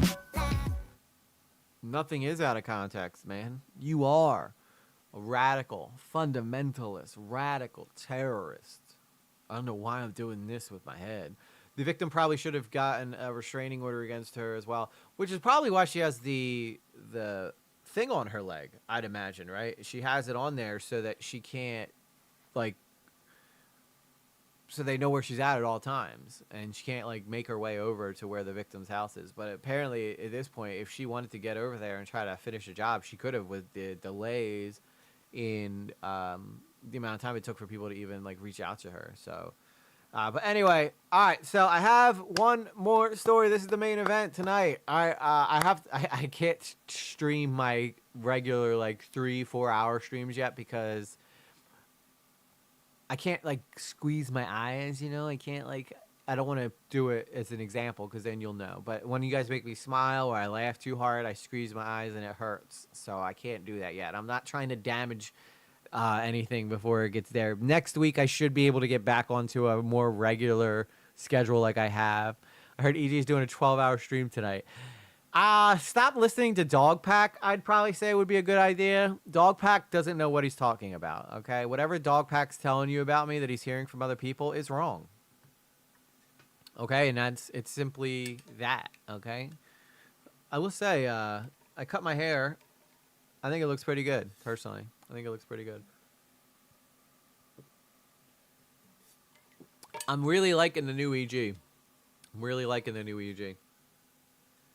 Also, by the way, shout out to VR Girl too, because she was sharing, before I went into LASIK, she was sharing with me some of her experiences with getting it done too, and helped really ease my mind a lot heading into the appointment. So if you're still in here, VR Girl, thank you so much for that. Honestly, you did make it a lot easier for me to go in there and get the job done, because I was like, if she could do it, I can do it too. Thank you. Thank you very much. I feel good. Feeling good. You know what I'm saying? Feeling good. Now, anyway, we got one more story, and now this story has taken the internet by storm, and I'm sure you guys have heard about it. Is Dogpack back? No, Dogpack is still missing. He has not been back since his third video, and it got laughed off the internet because of how bad the reporting was. Which is why, so if you ever wonder, VR Girl, why we always use the I heard stuff, it's because we watched a video with Dogpack in it. Dogpack 404, he tried to expose Mr. Beast. I'm sure you know who Mr. Beast is. And the first video he did went really viral. Second video he did, people were like, oh, well, I mean, it's not as good as the first one, but, you know, what's up, 00 Core? And then the third video he put out was just full of misinformation, and all of his sources were just from people saying, I heard this about Mr. Beast, I heard this about Mr. Beast. And I feel like he rushed it out. So that's why we always say, that's why everybody in the chat always says, I heard this about EG, because we're making fun of Dogpack, because basically if you could just say, if someone tells you, then basically you can use it as, well, thank you, Zero Core. I'm glad to be your second choice. You know, so if someone tells you something about someone and you could just say I heard, then it might as well be source, you know. So that's why we do that. A little fun fact for you there. But are you guys familiar with this story involving the Caribbean or what was it? Carnival Cruise Lines? Abby, the girl that was killed by her, well, allegedly killed by her stepbrother. All signs are pointing to him, but we're going to get into that story tonight.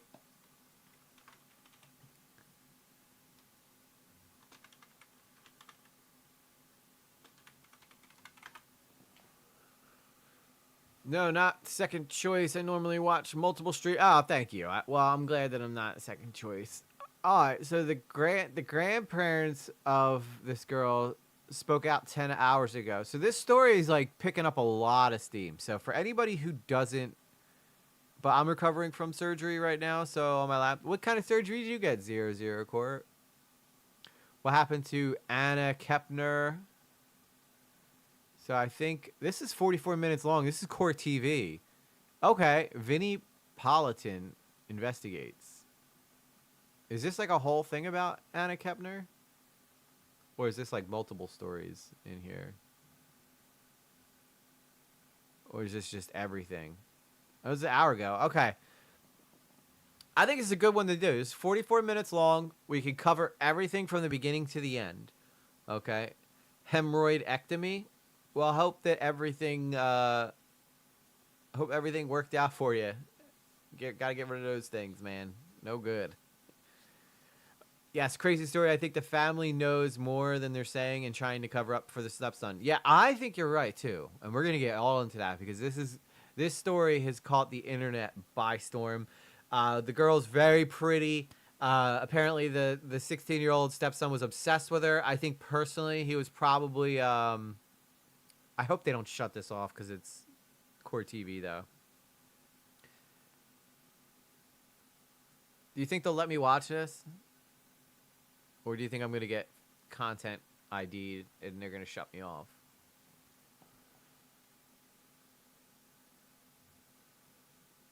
Well, I might be okay because I'm in this corner. Let's see. All right, if the stream gets shut off, let me know and we'll go watch something else. But we'll give this a shot. All right, we'll give this a shot.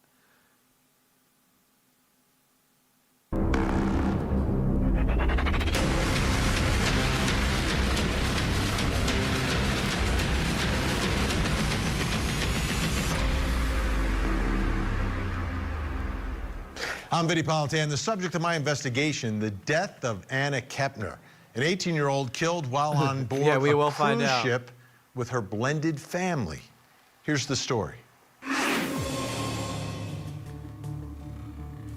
Yeah, so VR girl, the one thing about like live streaming is you can watch like old TV shows and stuff as long as like they're not like they weren't on a network.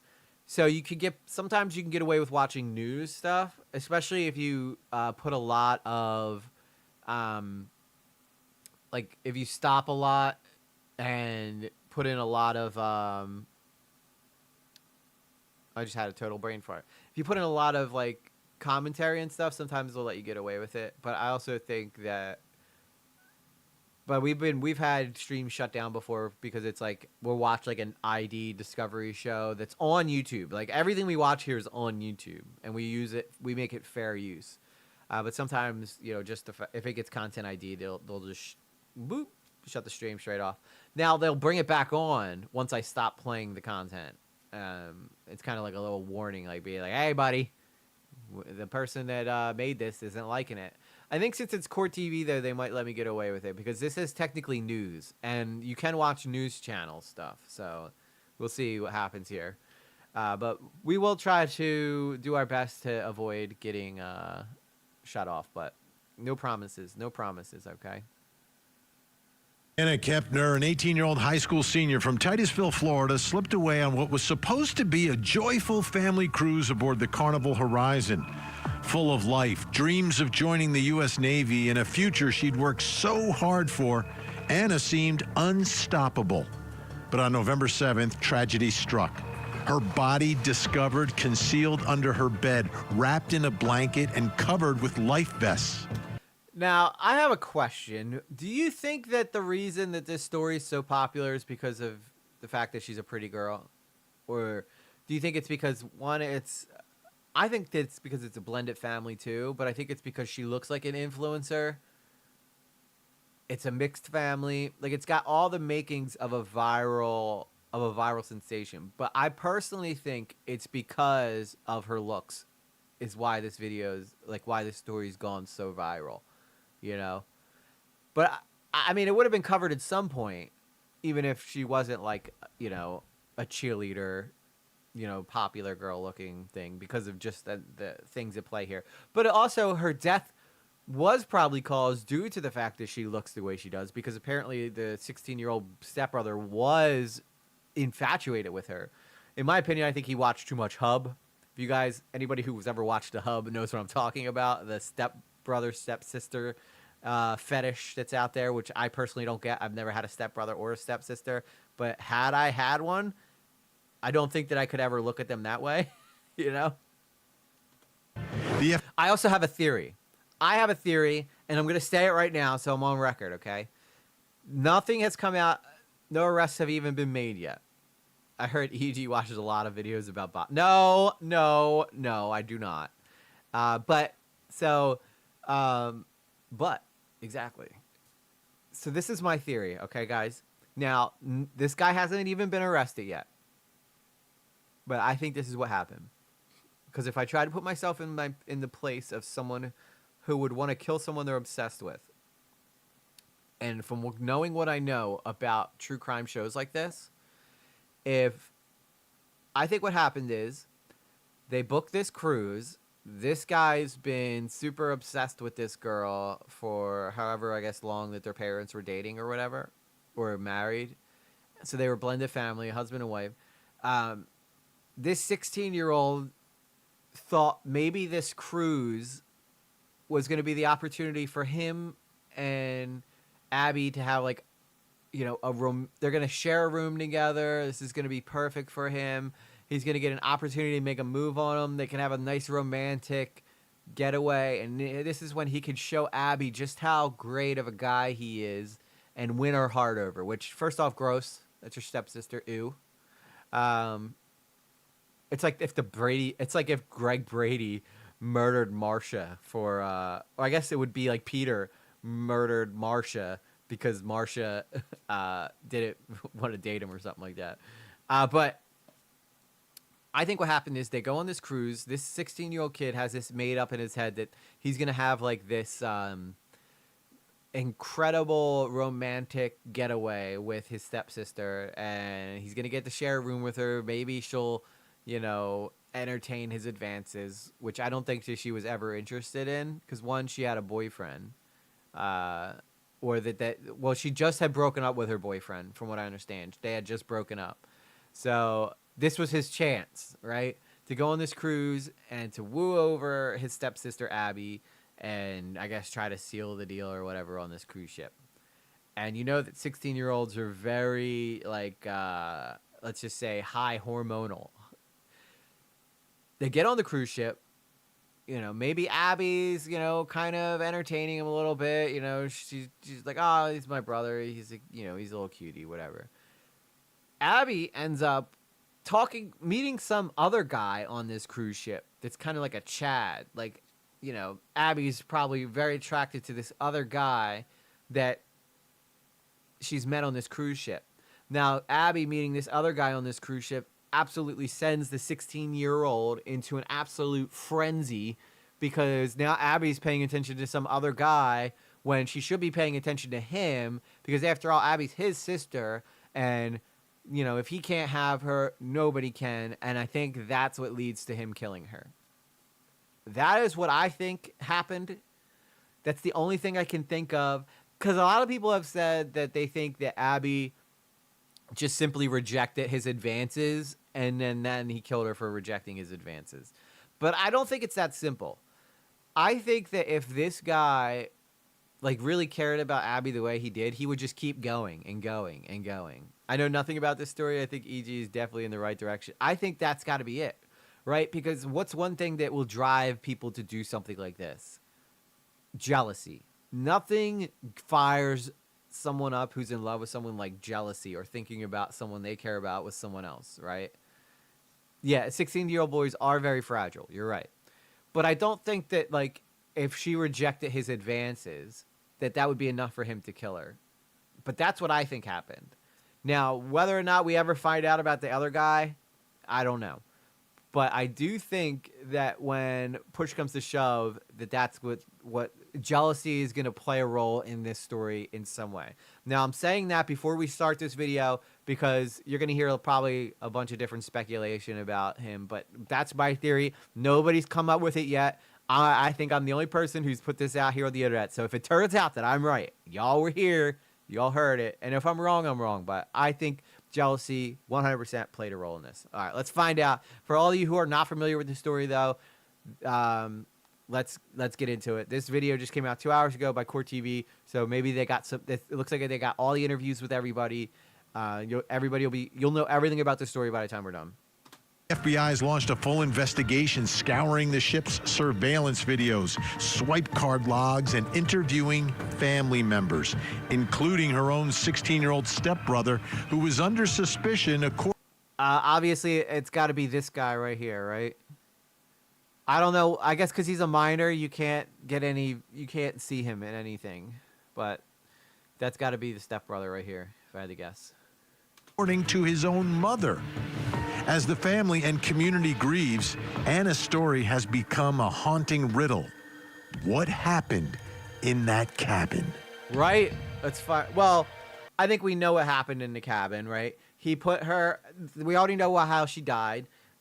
He put her in like a chokehold, a rear naked choke, because the ligature marks. They realized she was strangled. There's ligature marks on her throat that correspond with an arm bar or like a rear naked choke that would cut off the circulation. And but the thing is, you could choke someone out and then let him go, but it seemed like he choked her out and just kept her holding her, like he wanted her dead, which makes this even more gruesome.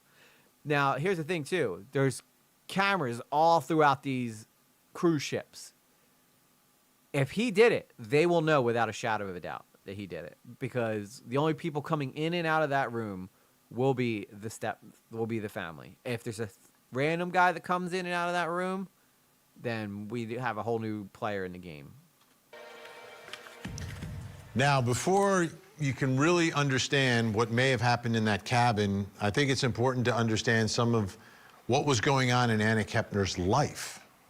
And as I mentioned, she's part of this blended family.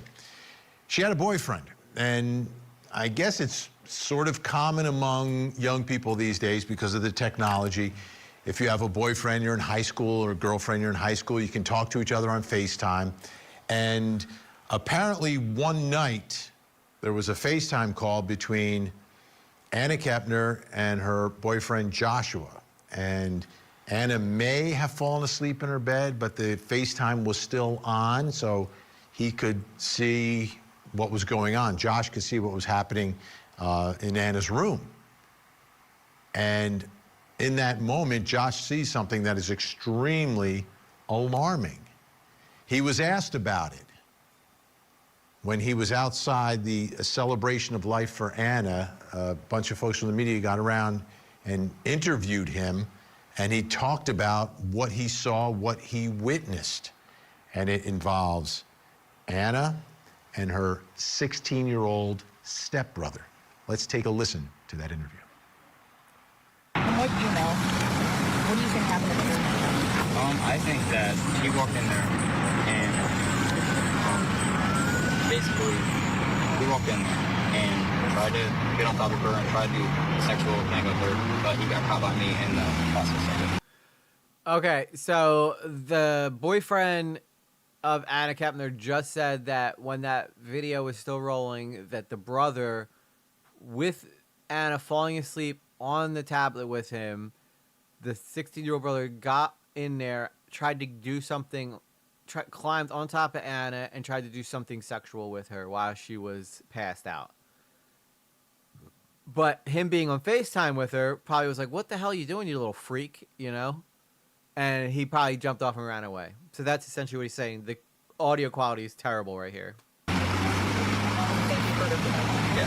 And she got scared of it and went to go sleep over with friends. She got scared of it. And she got scared of it and went to go sleep over at her friend's house whenever she could at mine. But she didn't feel comfortable sleeping at her house. So that means the brother was probably very aggressive. But she never could because her stepmom was very strong of it. And I got that. But now, my problem here is, this is a boyfriend who she had just broken up with right before going on the Carnival cruise line. I don't know how credible of a witness he can be. Because obviously he probably didn't like the brother in the first place. Makes my theory, yeah. I think that, well, first off, you know, Anna's very attractive. I could see multiple men fighting over her.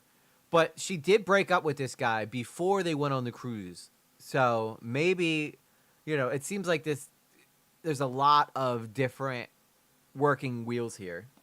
I was like, her stepbrother was trying to go on top of her in the middle of the night, you know, and they didn't believe it. So. So you just could have been traumatic. Yes, ma'am. What type of person was she? She was a great woman, you know. I met her at school. And the circumstances behind her death, you find them to be suspicious? And if so, tell me why. It was suspicious because I knew that the brother did it, and yeah. How do you know that? Because of the past things that happened with him, like I was saying. Which were those? About the FaceTime and stuff. What's the FaceTime? Whenever I was on FaceTime with her, and when I was on FaceTime with her, and she was laying down, and the brother tried to go on top of her, and you saw that? Yeah. And then how did she react to that? I was like, "What the hell are you doing in the room?" You know. Then he got scared and like ran away, and I heard his footsteps like running through the house, you know, because he got caught.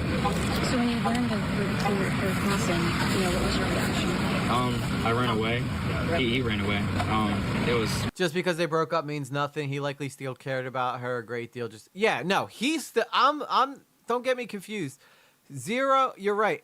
This guy on video right now, I don't think it was his idea to break up with Anna. I think it was Anna's idea to break up with him. Because listen to what he says here, if he says it in his interview.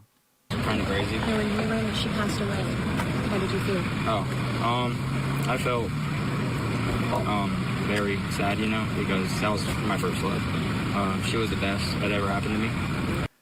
Right there. First off, I don't know about y'all, but does this guy seem like he's sad? I don't know. He doesn't seem like he's very sad to me, you know? If this was his first love and he was truly devastated, I feel like he would cry at some point during this. If anybody's ever lost someone who they really truly cared about, they will get upset. I think this guy wanted to be on camera. So, you know, take for that what you will, but he don't seem upset to me. If the love of my life went on a cruise ship and had just died, I'd be, first off, I don't know if I'd even want to go. What's up, Clifford? I don't think I'd even want to go on the news, let alone, you know, go in there and talk about the time that her brother climbed on top of her and it was weird and have such a stone cold face. He could be in shock, you know. He could be in shock. And, you know, he probably liked her, but she was the best thing that ever happened to me. That doesn't sound, I don't know. To me, his reaction doesn't tell me that. But that's just my opinion. And I'd even walk to her work to see her, you know, for like 5-10 minutes. Did you talk with her before her death?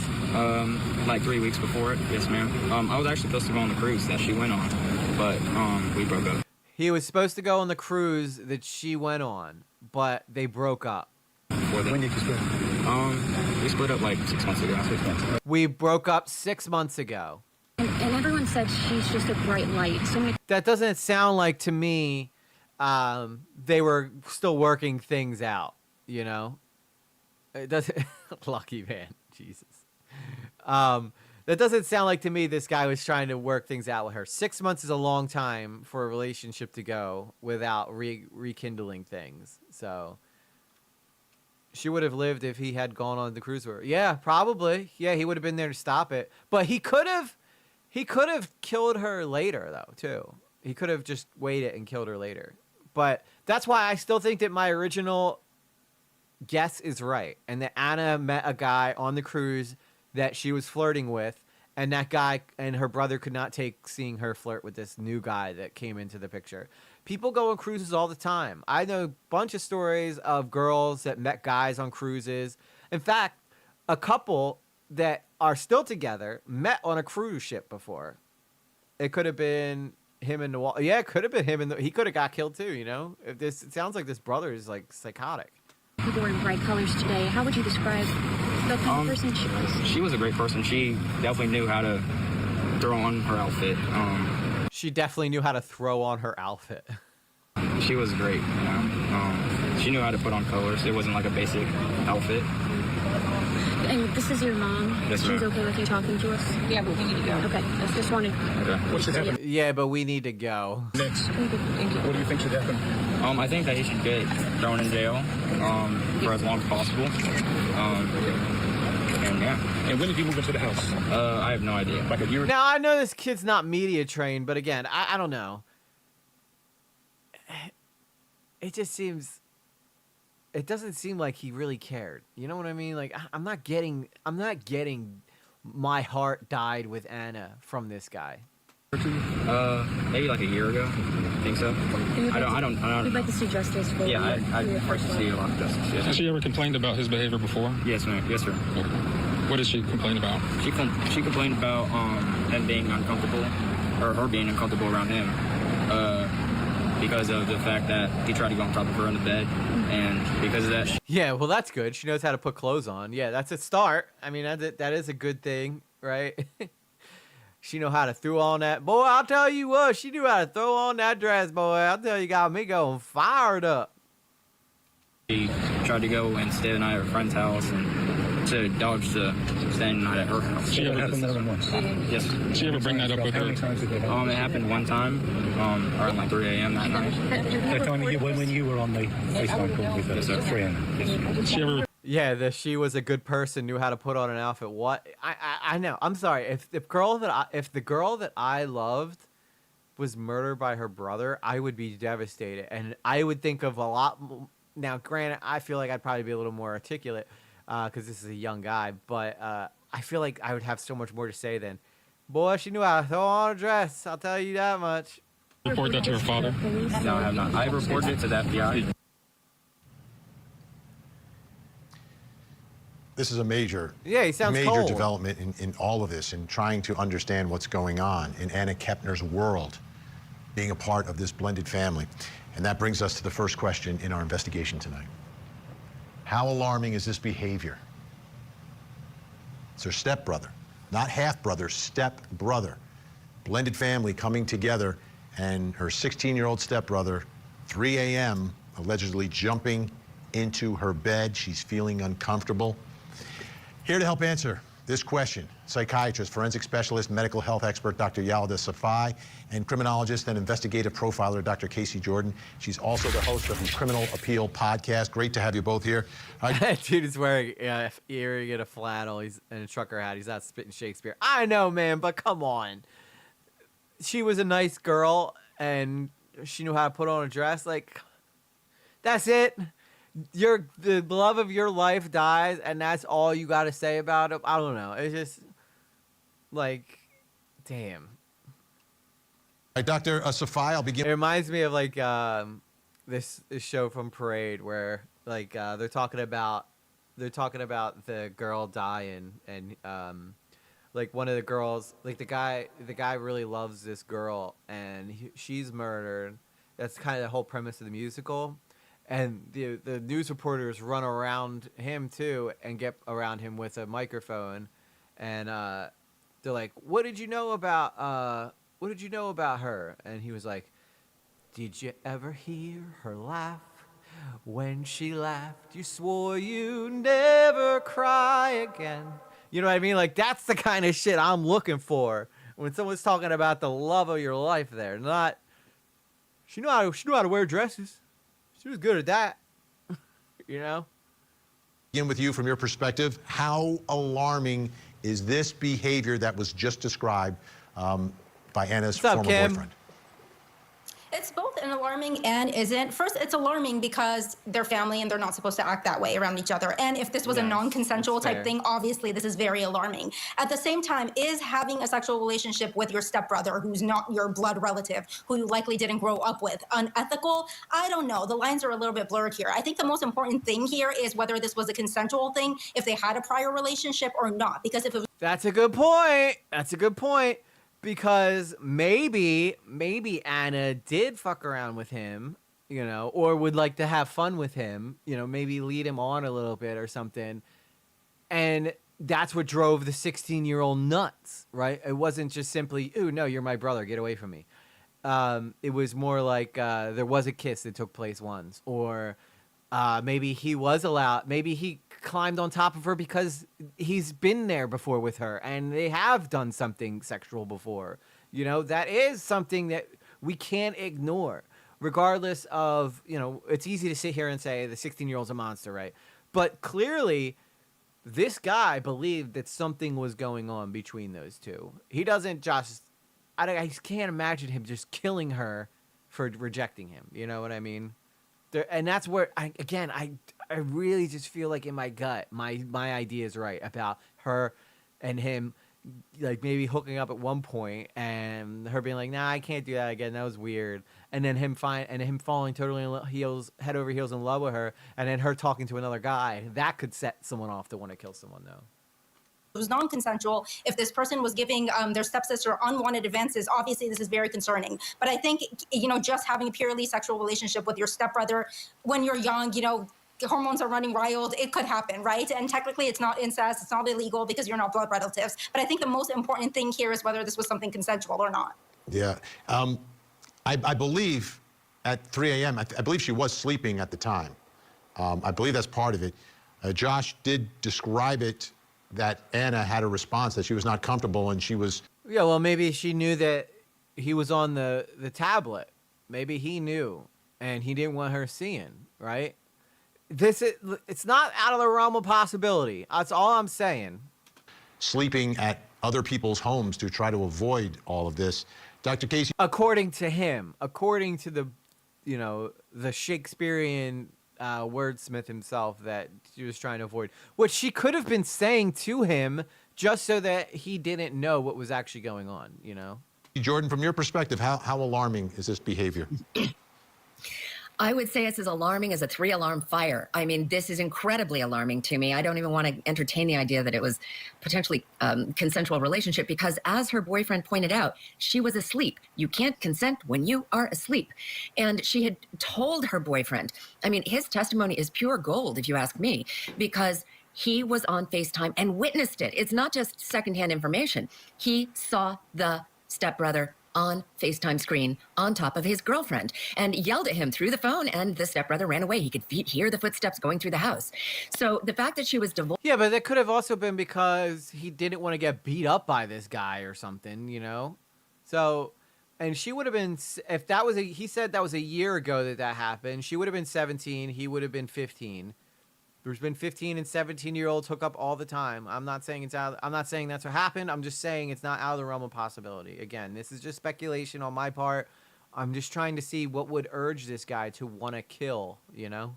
Bulging to other people, her boyfriend in particular, that she was uncomfortable around her stepbrother and avoiding him by trying to have sleepovers at somebody else's house. That, to me, is just a huge red flag. He was coming on to her. His attraction for her was sexual in nature. And even though there didn't appear to be any sexual activity involved in her death, it doesn't mean that there wasn't a sexual motivation in whoever killed her. And if it's the stepbrother, it seems to be part of a pattern. Very possible that she started screaming, kicking, resisting, and that arm went over her throat to keep her quiet. Maybe the intent wasn't to kill her, but now she's dead and he's the #1 suspect. See, that's another reason why I think that they might have had physical interactions before. If he was so desperate to touch her and to, get his hands on her, sexual assault would definitely be a possibility that we could see play out here. But if he's already been there and experienced that and just was loving her instead, that's a crime of passion. That's, maybe that's why he didn't feel like he needed to put his, willy into her,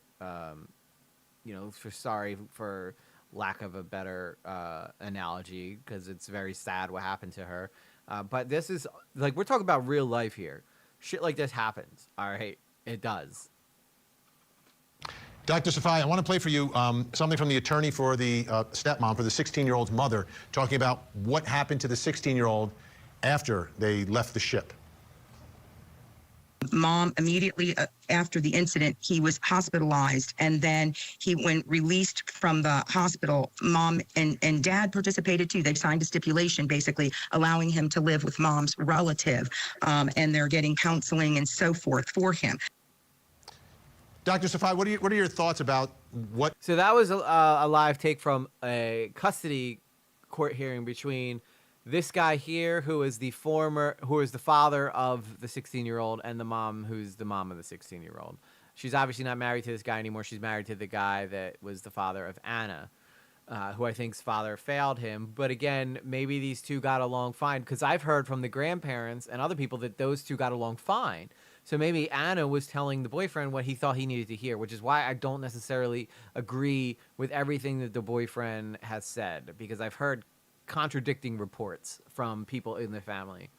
All News Online people are like the Inquirer. I watched one People on Law and Crime pushing a professional to try and make an accusation. Yeah, because they want them clicks, right? Because they can put it as a headline. Totally get that, Isha. What they would have learned, or what the discussion would be like after whatever happened on the ship happened, and he's going to the hospital and being evaluated. I mean, we don't really know why he was hospitalized, right? It could be a wide variety of reasons. I think from my understanding of the case, it was more of a psychological type of hospitalization, but that could be because of a wide variety of reasons. He could have just been, traumatized from the death of the sister. So I try not to jump to conclusions and say, oh, he was feeling so guilty, that's why he was hospitalized, and, things like that. So we just don't know right now exactly why he was hospitalized and what happened and the conditions of that. So I try not to jump to conclusions. But once we get a little bit more clarity why he had to be hospitalized, I think we can draw better conclusions here. Absolutely. Dr. Casey Jordan, your thoughts about the removal from the house. So, no one's been arrested, no one's been charged with anything. The 16-year-old in this custody hearing, there's a discussion, and he's removed from the house, and they're saying for the protection of the other minors that are still living in that household. Does that cause alarm? Yeah, that is that's pretty big, right? If this guy, if they're bringing that up in a child custody hearing and a lawyer is the person saying that, they typically back that up with proof. I'm definitely... Look at that. Someone's guilty of being a total badass. Let's go! This message. At the Daniels Cruise super chatted $10. Way behind but made it. Yes, you did. Thank you so much. That's so cool. Way to come in. I thought that was going to be a horn that came on, but I guess it didn't work. Daniel's crew, good to see you. I know we're late, but right now we're talking about the cruise ship murder that took place on the Carnival cruise line. Yeah, well, it underlines the fact that he is their number one and perhaps only suspect in the death of his stepsister. And we know that room that he was sharing, there were 3 siblings. Yeah, that's how you super chat right here. Get your words out, no emotes. That's why Daniel's Cruise is the best to do it, baby. So EG, what's going on with your eyes? You said earlier you're trying to avoid squishing them. Oh, I got LASIK done on Thursday of last week, so I'm just trying to. You can't squeeze your eyes or put too much pressure on your eyes because you can mess up the work they did. Not at least till Thursday, first week, but I'm just trying to be safe here. So, and they had me cracking up laughing earlier. So if I crack up laughing, I can't help but squeeze my eyes together. So. And step-siblings in that cabin on the Carnival Cruise Line, including our victim. Well, if you could spoil this for me, Daniel's crew, I'd actually want you to, because then you would be the first person to know actually what happened on this ship. 18 years old, her stepbrother, 16 years old, the number one suspect, and a younger sibling. And I don't know the details of how old that sibling is or what their gender is. But clearly, if you think that you have a teenager in your house who's capable of homicide of his stepsister, another family member within that house, somebody who has homicidal tendencies, perhaps, even if it isn't proved that he's responsible for her death, you must protect the other children in the house. And I would. By the way, the grandparents were on the ship with them when this all happened. I wasn't sure if you picked that up or not, Daddy Scambate. Be very curious to know what is the nature of the custody dispute between the suspect's parents. That said, let's remember he is innocent until proven guilty. They're going to be looking at every single angle. They're going to be looking at cameras. They're going to be looking at key card swipes. Did the cabin have a balcony that somebody could have, an intruder could have come in through the balcony? They're not going to rule out anything else. But right now, given that she was found in the room that she shared with her stepbrother, stuffed under the bed, wrapped in a blanket, covered with life jackets, they're going to be looking at the person she shared the cabin with. Yeah, and not only that, but like the person, whoever killed her, made a conscious effort to like shove her under the bed and hide her behind life jackets and shit. Like they obviously were trying to hide the crime that they committed. And if he's clearly mentally or emotionally disturbed, it's good that he went to the hospital, and we're hoping he gets the care he needs. But we still need answers as to exactly what happened. Dr. Casey Jordan, Dr. Yala Safai, great to have you both with us tonight. Thank you so much. Coming up next, what does the timeline reveal? What does the timeline reveal? Let's find out. Oh wait, I think it goes right back into it. The older child, who's approximately 16 years of age, is a suspect in the death of the stepchild, an 18-year-old daughter that was in the same room. Wow, and did you notice when he said that, the mom didn't even the mom knows. I think most of us can agree that the 16-year-old is like 90% sure he killed Anna, right? If he's convicted, it'll be second degree. I mean, it could be, yeah, because if he didn't plan it, like they'd have to prove that he planned it and it wasn't like a crime of passion. I have watched cruise ships missing. Yeah, well, this isn't a cruise ship. This was a girl that was murdered on a cruise ship, but it's interesting you say that, Daniel's Crew, because I did listen to a documentary done by 60 Minutes Australia today that was about just how shady cruise ships can be with this type of stuff. You have to punish him? You have to kill him for a few $100? You don't touch fire on it. What is this? What's this? Okay. Investigation ongoing that the mother took the two younger children on a cruise. Yeah, E-Shift, that's a good question. A lot of people have been asking right now, why did they let the boy and the girl share a room together? And again, that's why I don't think that everything is as clear cut as everybody's trying to say it is. Because again, I listened to the interview with the grandparents. The grandparents said that those kids got along fine. It was only the boyfriend who said they didn't, and she was concerned about him. And that the older child, who's approximately 16 years of age, is a suspect in the death of the stepchild, an 18-year-old daughter that was in the same room. So a lot of information coming from different places, right? You've got Anna's former boyfriend who's speaking out. You've got this custody battle that the stepmother is involved with her ex, which involves the children, her 16-year-old son. So we're learning a lot from that. We're also learning from sources and other reporting out there like the Daily Mail. And we're able to put together a bit of a timeline here. Let's take a look at it. November 6th, during dinner, Anna tells her family she's feeling ill and goes back to her cabin. Anna's 14-year-old brother and 16-year-old stepbrother, who were also staying in the same cabin, returned to the room a little bit later on. Anna's 14-year-old brother changes his clothes, leaves the cabin to take pictures of the cruise ship. So that would leave the 16-year-old and Anna together in that cabin. And if Anna's not feeling well, maybe this is where the 16-year-old feels like that's his moment to try to make a move. Maybe they got along too fine or sideways arranged marriage. Yeah, I don't know, man. I think that all I'm saying is I wouldn't be shocked if the 16-year-old says that him and Anna have done something before. That's all I'm going to say. I wouldn't be shocked if it doesn't happen, but I wouldn't be shocked if it did. It could go either way.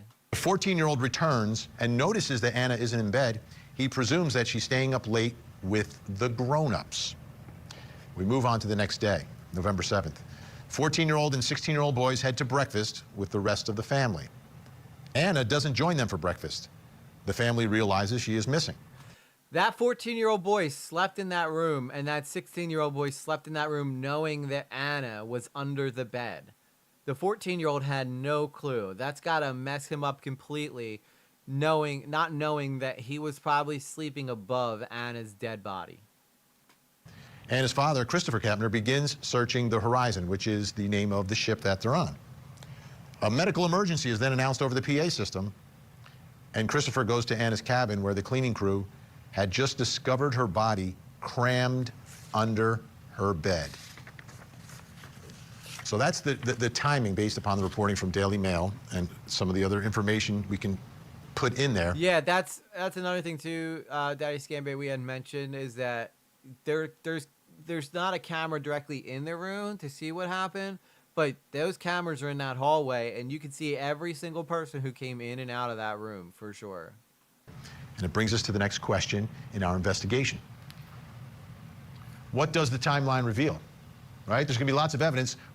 Anytime we're trying to figure out what happened, I know we like to do it, and law enforcement does it as well, puts together these timelines to try to understand who was where, when, who had opportunity. Here to help with our investigation, retired FBI Special Agent Kenneth Gray. Remember, this is an FBI investigation taking place. He's also professor of practice at the University of New Haven, and criminal defense attorney, former district attorney Matthew Mangino is with us. All right, Kenneth, I'll begin with you as an investigator. What does this timeline reveal to you? What questions does it lead to next? Yeah, the timeline here, very interesting in that we have Anna going into her cabin and then not being seen again that evening. It also shows us that maybe it's because Anna's 18 and I've never dealt with an 18-year-old, but if I didn't see my daughter after dinner, I would go and check on her just out of habit. Now, correct me if I'm wrong. Anybody in here who has it, I know Daniel's crew does. Having an older child, do you give them a bit more freedom? Or if you did it, I mean, maybe knowing what you know now, you'd feel compelled to go check on them. But say you didn't know that this person, like say you went on a cruise with your 18-year-old son or daughter, and they said they weren't feeling well, so they went and laid down. Would you feel compelled to go and check on them, or would you just wait to see them the next day, you know? But I know that if I wasn't feeling good, my mom probably would have came and checked on me. My dad probably wouldn't. But my mom would have probably came and just been like, hey, you okay? Like, what's wrong? No matter how old I am. I mean, she'd still do that now if I was like, I don't feel good, I'm going to go lay down, you know? But maybe this family's just a little different. Check out the A.B. Bradley case. It's pretty crazy from the Korean. Maybe we'll look at more, but we're gonna finish focusing on this one for now. But I mean, I'm just curious what some of you guys with older kids in the audience or the chat would do in a situation like this. 14-year-old went to the cabin with the 16-year-old and left. So we've got the stepbrother, 16-year-old, in the cabin with the victim here, Anna. Good point, Ruggiera. It depends if it's out of character for them. Maybe Anna always was like, I don't feel good, right? And maybe she was like going through something that time of the month. I still check on mine. Yes, check on them. Do they have cell phones? Yeah, I think they all had cell phones. So, all right. I was just curious because, you know, my daughter is only 11, so obviously I'd go check on her because she's a kid. But false sense of security on cruise ships. People think, I'll see them later. Where are they going to go? Good point. Good point. Although a lot of people go overboard, from what I understand. And then that it reduces the number of suspects down to one in this case. This ship is covered with cameras. And because of the cameras, it should help define a pool of suspects. I feel the same. We don't know the results of that right now from the investigation, but that is certainly something that I'm sure the FBI is looking at. They say mysterious death on cruise ship, but let's be honest, there's nothing mysterious about this. I'm pretty sure everybody knows what happened. The crime scene itself is limited potentially to just the cabin. They were all in there, so fingerprints is not going to help us out in this case. So instead it would have to... Look at this right here. You deserve to be happy, but if it ain't with me, then never mind. That seems like that's directed at her ex, doesn't it? Just saying. To be other forensic evidence to help establish what happened to Anna. Matthew Mangino, as a former prosecutor looking at all of this, it seems to me the crucial witness, if in fact the 16-year-old is the suspect, the crucial witness in all this may be the 14-year-old. Oh, I was just curious, Daniel's crew. Yeah, the 14-year-old, I feel like the 14-year-old would probably know more about what happened and the dynamic between Anna and the 16-year-old than anybody would. Well, right, Vinny, and I read some news reports. Again, this is not investigative information, and I believe it came, again, from the boyfriend who we heard earlier, that the 14-year-old says that he heard an argument outside of the cabin between the victim and the 16-year-old stepbrother. So I think that it was even characterized as hearing some things being thrown around. If that's true, which this is the first time I'm hearing that, but if that's true, that sounds like a couple fighting, doesn't it? That sounds like, when you get an argument with someone who you've, are in a romantic relationship with. Obviously, she did this to herself, shoved herself under the... Yeah, it's pretty clear. She shoved herself under there and then just gave herself one of these. Try to take herself out. That adds, that would really be a wild one. The interest in the 16-year-old, certainly. And, there are cameras, there are ways of going and see who went into the room and who left the room with the electronic key fobs that are used on these cabins. So there's going to be a wealth of information with all the tapes and everything to determine, when she went into the room, who went into the room, who left the room. And I think that's going to be well documented. The other thing here that surprises me a bit is that, she's an 18-year-old girl. Yeah, the cause of death was strangulation. So that's why it's pretty obvious to most of us that, the brother, the 16-year-old son probably did it. She doesn't feel well. She goes back to her cabin. No one checks on her. No one goes in to see, hey, you feeling better? What's going on? No, they don't realize she's missing until breakfast the following morning. And so I'd be interested in knowing, what was going on in the meantime. That, I never thought of it that way. That's true. If your child leaves because she's feeling ill, do you check before you go to Dude, we are so ahead of them. I should be on court TV, guys. We are already ahead of them. Bed? Hey, are you okay? Do you check in the morning? I guess they did sort of check in the morning because they're at breakfast, but it took some time to figure out what was going on. But no text messages like, hey, how you feeling? Like, you can't go 10 minutes in my house without someone texting one another when we're in the same house. Kenny, let me ask you this. If, in fact, there is some sort of confrontation that is taking place, a physical confrontation like was potentially described here by the 14-year-old, what sort of evidence are you looking for inside that room? So, again, autopsy, which we are not privy to, may give us other... It doesn't seem like he drugged her first, Daniel's crew, because they were fighting. If that 14-year-old hearing them argue, and then that's why he went to go take pictures, like maybe he didn't leave to go take pictures because he just wanted to go take pictures. Maybe he went to go take pictures of the cruise ship because he was sick of hearing them two fight. You know what I mean? But if you look at the pictures of the 16-year-old, they blur out his face, but he looks like he's like kind of like husky, like he could probably overpower. At 16, you're getting mature, and you're probably a 16-year-old male most of the time is stronger than an 18-year-old female, and I don't imagine Anna's got any kind of defense training in her repertoire. Not like VR Girl, who I've seen kick a bunch of men's ass dressed as Batgirl. So, sometimes it's different strokes for different folks. But she randomly got sick first. Yeah, I guess so. I mean, and again, is it an MO for Anna to leave dinner early to go be sick? Or was maybe they planning a rendezvous that Anna called off or something? I don't know. I don't personally know. Maybe were they sneaking drinks? Was maybe Anna sneaking drinks and didn't feel well? indicators about what to look for in this case. But I'm sure that in the process of doing a crime scene investigation, if there was blood inside the cabin, that would have been collected. Saliva, if it was inside the cabin, that would have been collected. Because they all three were inside this was their cabin. There's going to be fingerprints everywhere belonging to the three. So fingerprints themselves will not be very helpful.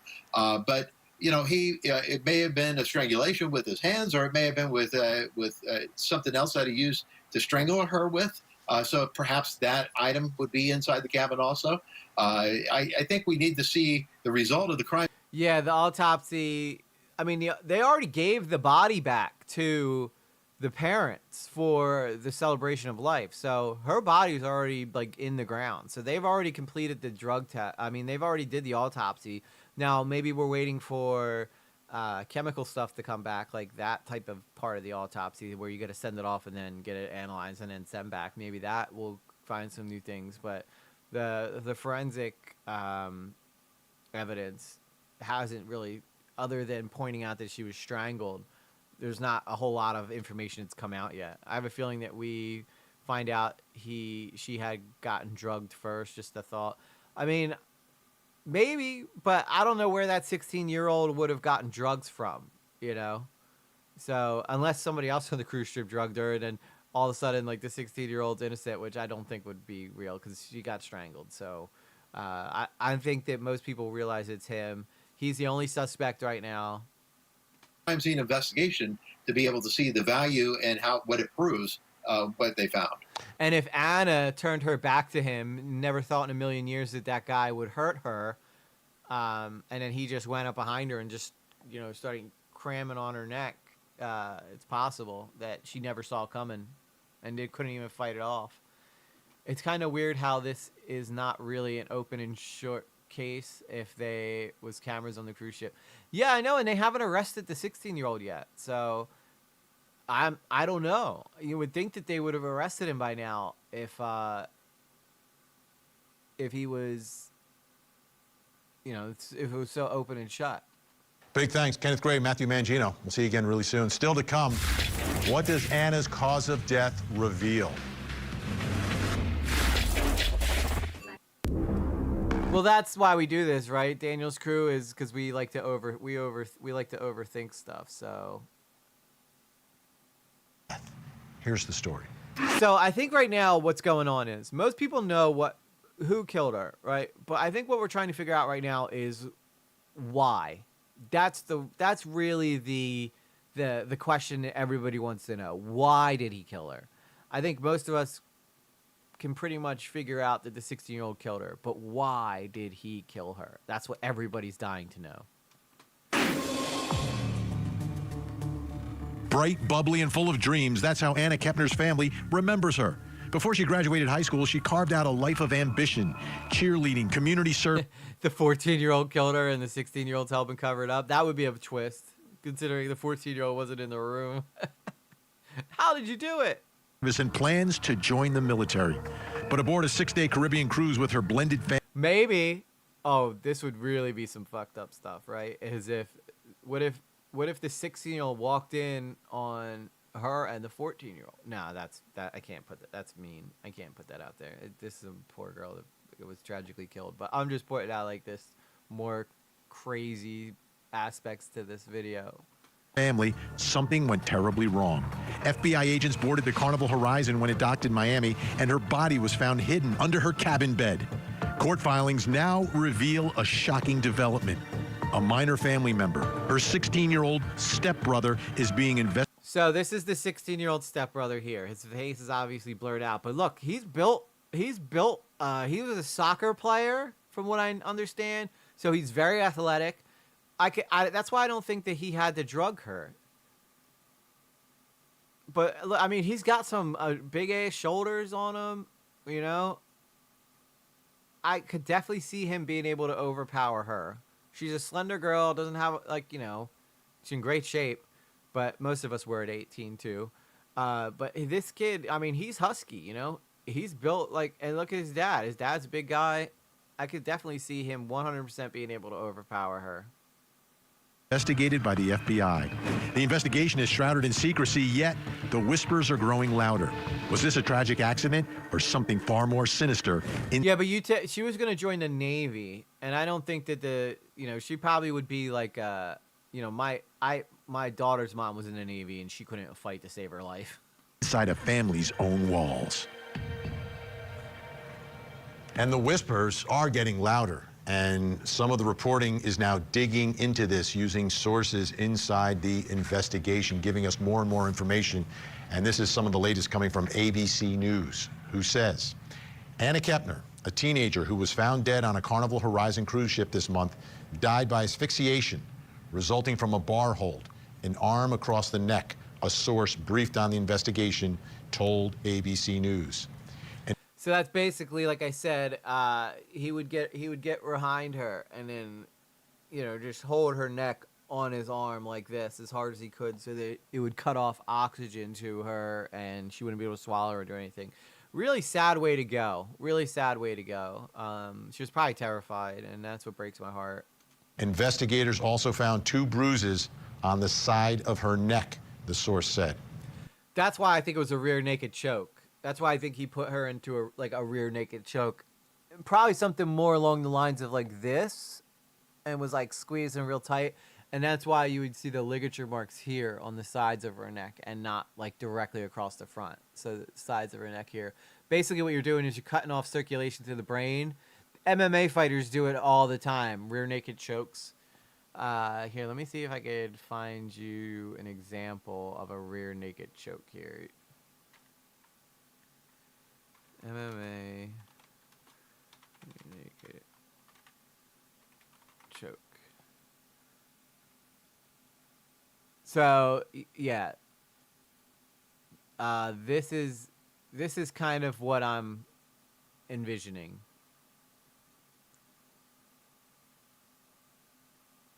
You know what I'm saying? That's what I'm envisioning. What he did to her to get her to. He could have accidentally killed her. Maybe he was just trying to choke her out and then held it way too long, and she never woke up. But because UFC fighters choke each other out all the time, he would have had to hold it longer so that the blood stopped pumping and then she'd stop breathing too. Like if you held that long enough, you could kill someone easily. That's why the fighters are trained to tap. The minute everything starts going black, they're trained to tap. That means they're going out, and they can't get out of it. So I agree, EG, because the bruising on the sides of her neck is not on the front. Yeah, that's why I think you see exactly where Uriah Faber's arms are. They're right bicep on one side, this on the other side.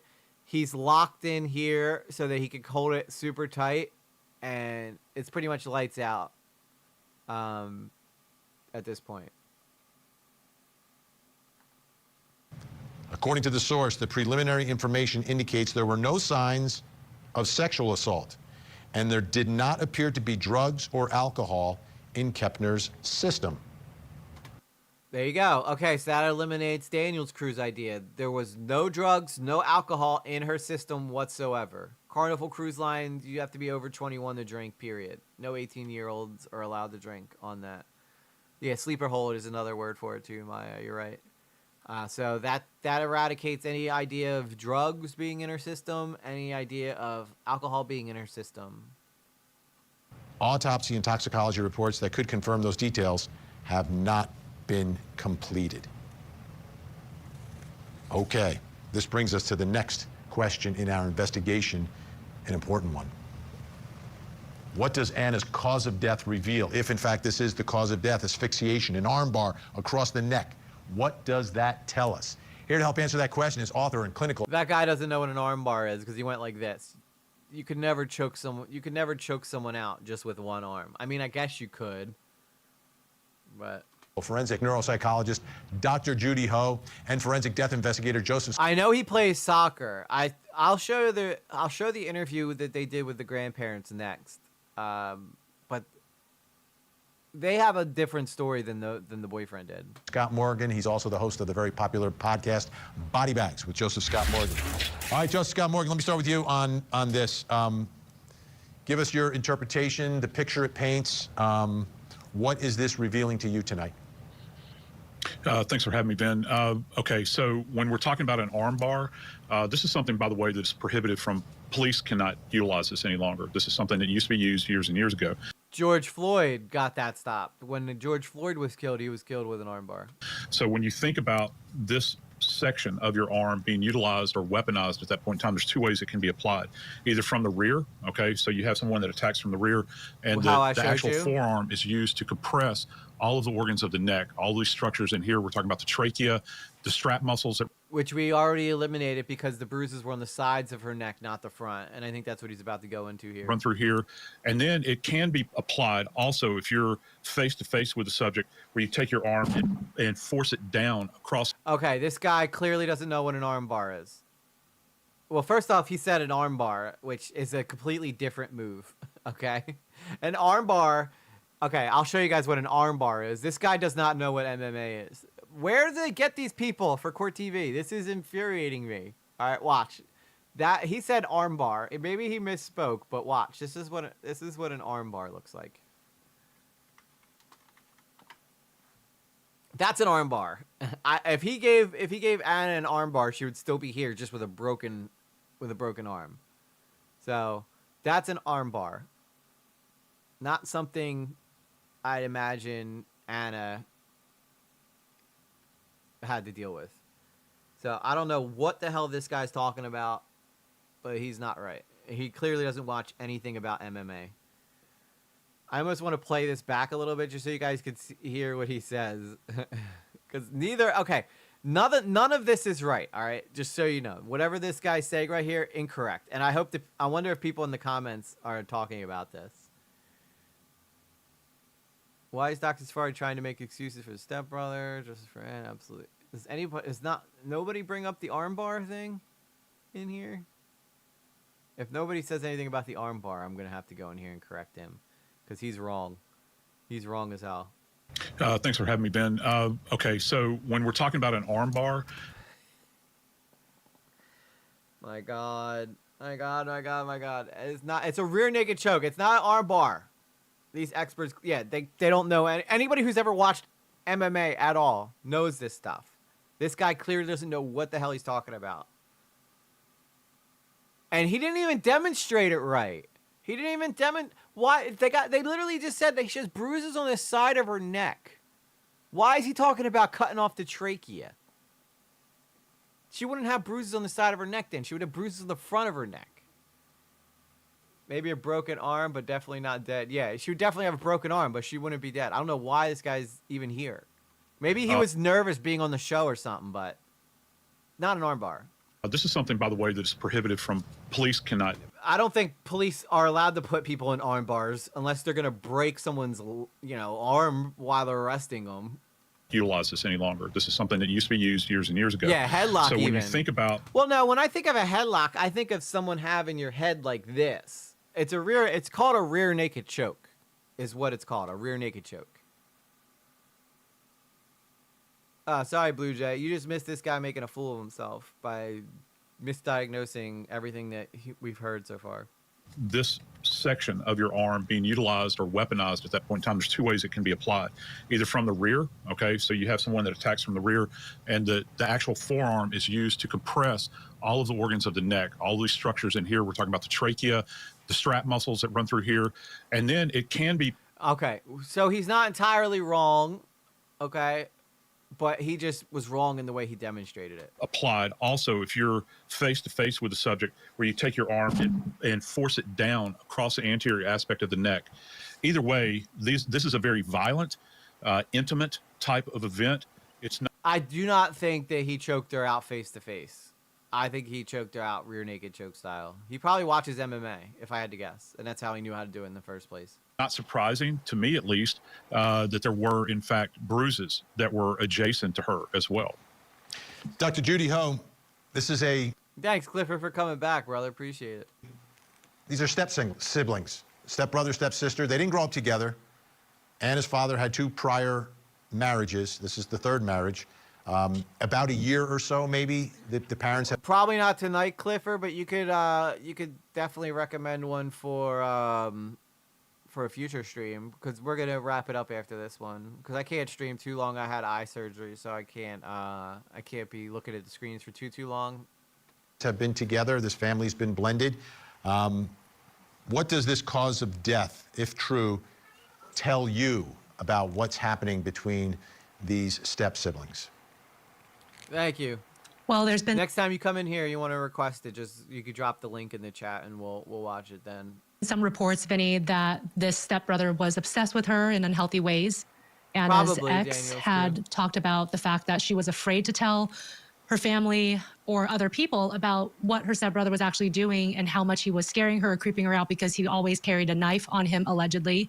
And that even when he tried to warn the family, this is the ex of Anna, that the family just really didn't believe him. And obviously, we always hope for the best when there's a blended family situation. That's very common to have a blended family nowadays. It's not the first family that's ever gone through this, nor will it be the last. However, that's always a challenging time for the most part, because this is a blended family coming together. People who've never lived together. People might have feelings about their biological parents not being together. I feel like in general, parents should be on high alert for any warning signs that maybe people aren't getting along or that it could potentially get more serious. And if these allegations are true, that the stepbrother was obsessed with her, that she was essentially turning him down, hey, we're not going to do that. I'm not interested in you. I don't want to date you. You can see why it could potentially lead to something like this, especially in the heat of the moment. Something else, Joseph Scott Morgan, I want to show you from the Daily Mail. Two sources who spoke with the Daily Mail under condition of anonymity say the pretty youngster, that's Anna, was found... Okay, what the hell is a blended family? It's when a husband comes in with kids of his home and a wife comes... It's the Brady Bunch, okay? A blended family is basically the Brady Bunch, is the best way to describe it.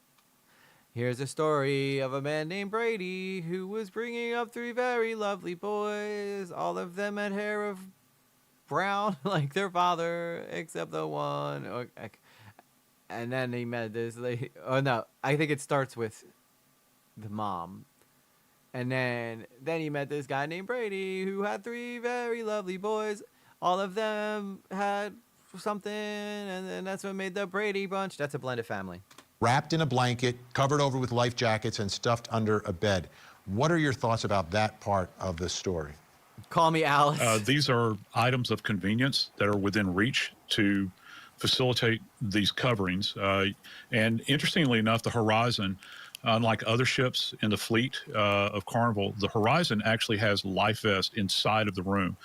Other vessels that they have stations outside. So if you have an event at sea and they say you have to go to this specific area to be provided a life vest, that's not the case with the Horizon. There are actually life vests in the cabin itself that you have access to. Again, an item of convenience.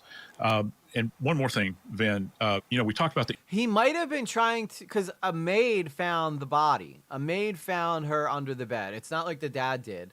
A maid did. So I wonder if he was trying to stash her away till later, till he could get back to the room and then try to maybe like throw her overboard or something. That's what my guess is, because I don't know where he thought that would be, you know, a good... I doesn't think he was planning on keeping her there. I think he was planning on getting her overboard. But at the same time, he couldn't just walk out with her because that would be on camera. the injuries on the neck. I think that it's very important. Anna could offer, her remains could offer up some other answers as well, because in these kind of very close quarter, intimate events like this, we want to look at her fingernails. We want to be able to see if there's any debris beneath these nails that we could do nail scrapings on. We've heard about this for years and years, right? There could be other biological elements in here, particularly skin, blood, these sorts of things.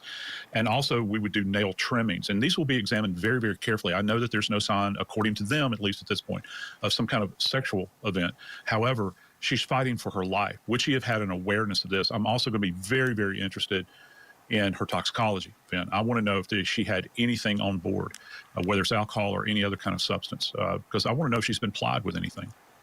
That's a great point, because she did leave the dinner saying I wasn't feeling well, and we're wondering why she wasn't. Was upset. Yeah. Right. Yeah.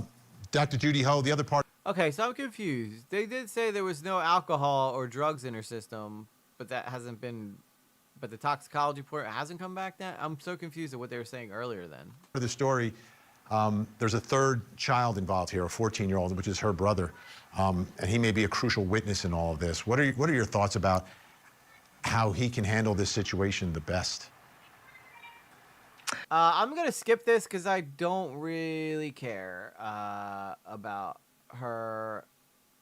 So this is them talking. I want to see if they get to the grandparents here. They love showing that picture of her in the bikini. Okay, this part looks interesting. I want to see the room here. In bed. Let's take a look at what we can see here. Welcome. I'm gonna go back just a little bit here so I can see what they're setting up here. One cruise stateroom, so there's a lot of logistics here that did not make sense. Yeah, Margaret, I want to show you this. The I Like Cruise Ships YouTube channel did a video tour of one of the 3 passenger cabins aboard the Carnival Horizon. This particular room on the ship had a set of bunk beds as well as a single twin bed. Let's take a look at what we can see here. Welcome to the Carnival Horizon. We're going to have a look at one of the Family Harbor cabins. This is 2464. Now, this is kind of obviously at the back of deck 2, which is the Family Harbor area.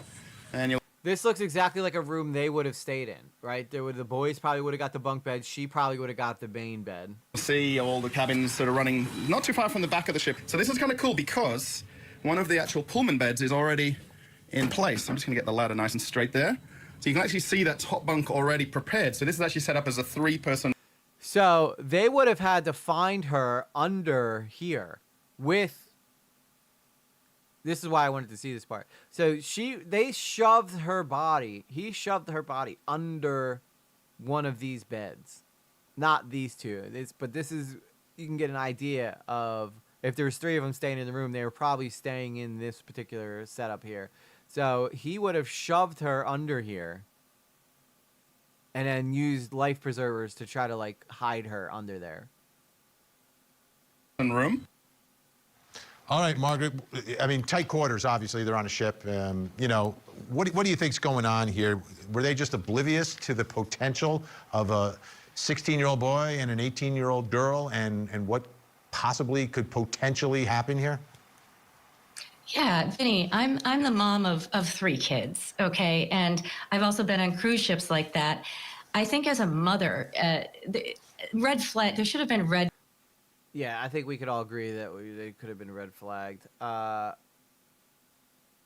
just want to see if they go there. Okay, let's go to the grandparents interview now, which is right here. So I want to hear what they have to say. An ABC News exclusive with the grandparents of the Florida teenager who was found dead on a Carnival cruise ship, as the girl's stepbrother could be facing charges. Victor Kendo's in Miami. Good morning, Victor.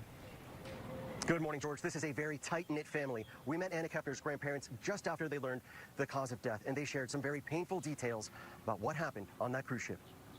This morning, for the first time, the grandparents of 18-year-old Anna Kepner, who died on a Carnival Horizon cruise ship earlier this month. Yeah, you would think that you could. Well, the brother said they heard them fighting outside the door, so. Breaking their silence. I just screamed. I couldn't stop screaming. Barbara and Jeffrey Kepner were on board the 7-day cruise in the Caribbean with their son, his wife. Okay, this looks like the 16-year-old right here. Or is this the 14-year-old? And this the 16-year-old. This must be the 16-year-old. And this must be the 14-year-old? But, like, he's bigger. Like, he looks bigger than her. You know what I mean? He looks a lot bigger than her. You turn it up, Ruggiero. How about that? You turn it up. Yeah, I'll turn it up a little bit. But, like, if this is the 16-year-old, he's way bigger than her. And if this is the 14-year-old.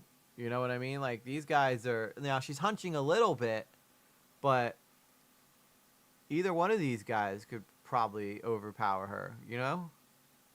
And their grandchildren, enjoying time as a family. Anna staying with her brother and stepbrother in a stateroom, seen here. Do you remember the last time that you saw Anna? We had dinner. Anna wasn't feeling well. She just said, Mima, I think I'm going to go back to my room for a little bit. And she must have felt better because she got dressed up and she came down. We were playing in the casino. She didn't win anything. And she said, Mima, I love you guys. I'll see you later. And we never saw her again after that. Okay, so that's important. All right. So what you've been hearing about how she's been sick and then she goes away, right? She's sick, she goes back to her room, and then they never hear from her again.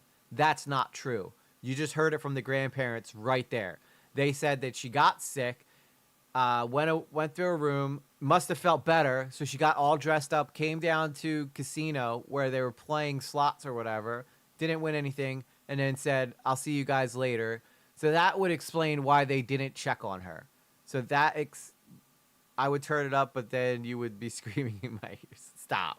Give it a rest. Give it a rest. But that's... So we're hearing conflicting things all the time. That's straight from the grandparents, though. They were there. I trust them.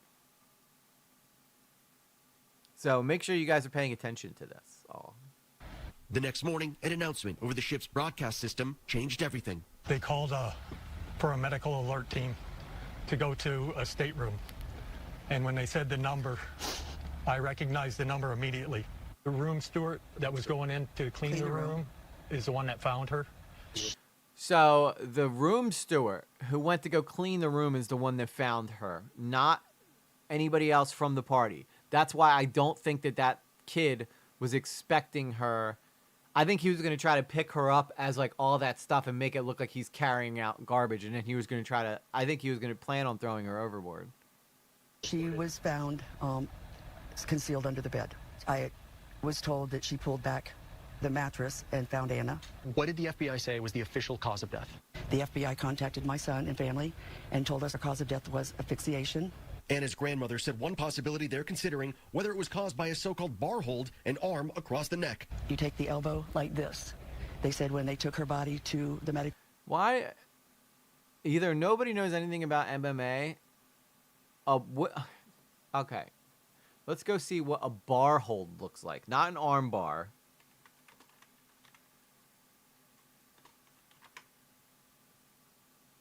Again, it's just arm bars, dude. I've never heard of a thing called a bar hold.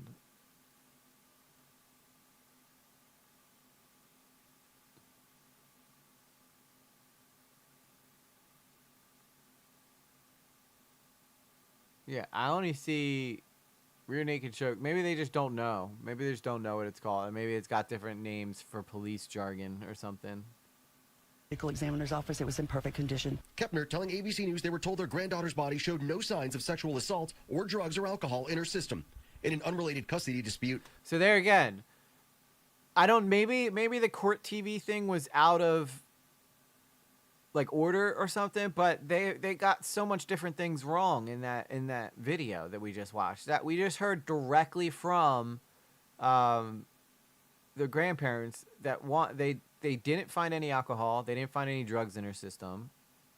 And I knew that because they said that in the thing, and then they keep saying, I want to know if there was drugs or alcohol. And it's like, are you guys watching it? How do I know this? You guys don't, and this is your job full time.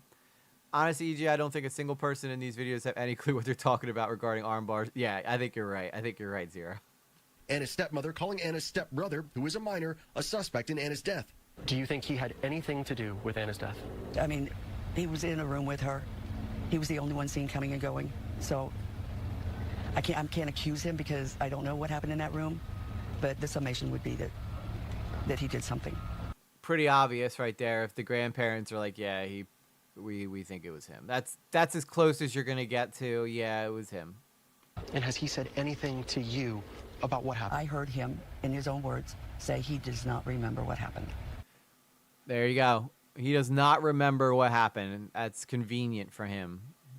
That's very convenient for him. Anna's grandmother says she sat in on a portion of the stepbrother's interview with the FBI. He was an emotional mess. He couldn't even speak. He couldn't believe what had happened. Anna's grandparents say yeah, I feel like most of us who killed someone would. Yeah, oh, you talking about her makeup? I don't know.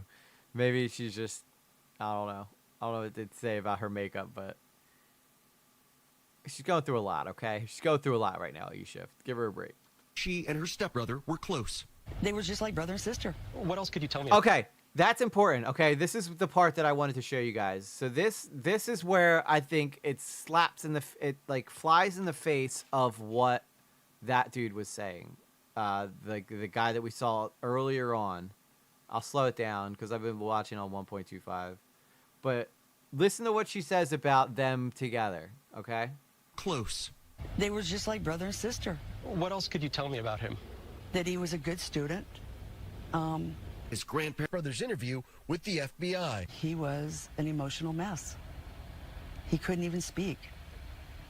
He couldn't believe what had happened. And his grandparents say she and her stepbrother were close. They were just like brother and sister. What else could you tell me about him? See, that goes completely against what the boyfriend was saying. That's why I don't believe him. She could have been saying that to him because, you know, she said they were really close. Now, maybe grandma just doesn't know what the hell's going on in the home, but I think that she would probably understand what was going on more than what the boyfriend, who's never there, would. It hasn't been around for 6 months, you know? Maybe the relationship between them drastically changed from when he knew her to what she is now. That's why I say you can't listen to the boyfriend. Unfortunately, I think, first off, zero emotion and lack of delivery. That he was a good student. I don't think that matters. Played soccer. He played soccer. Very quiet young man. He had demons, I think, in his past, and he was trying to deal with those. And his stepbrother has not been arrested or charged with the crime. Attorneys for both the stepbrother's parents did not respond to ABC's request for comment. The FBI and medical examiner's office also declined to comment. And his family focused now on honoring their granddaughter, a high school senior and straight-A student who planned to join the military. She had purpose.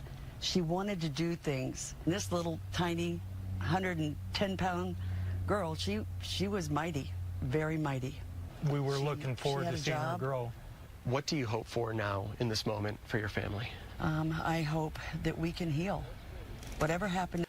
Confiding in her ex what's really going on, or the ex. But again, they broke up 6 months before this even took place. This cruise took place. So again, I don't know how much testimony he could have.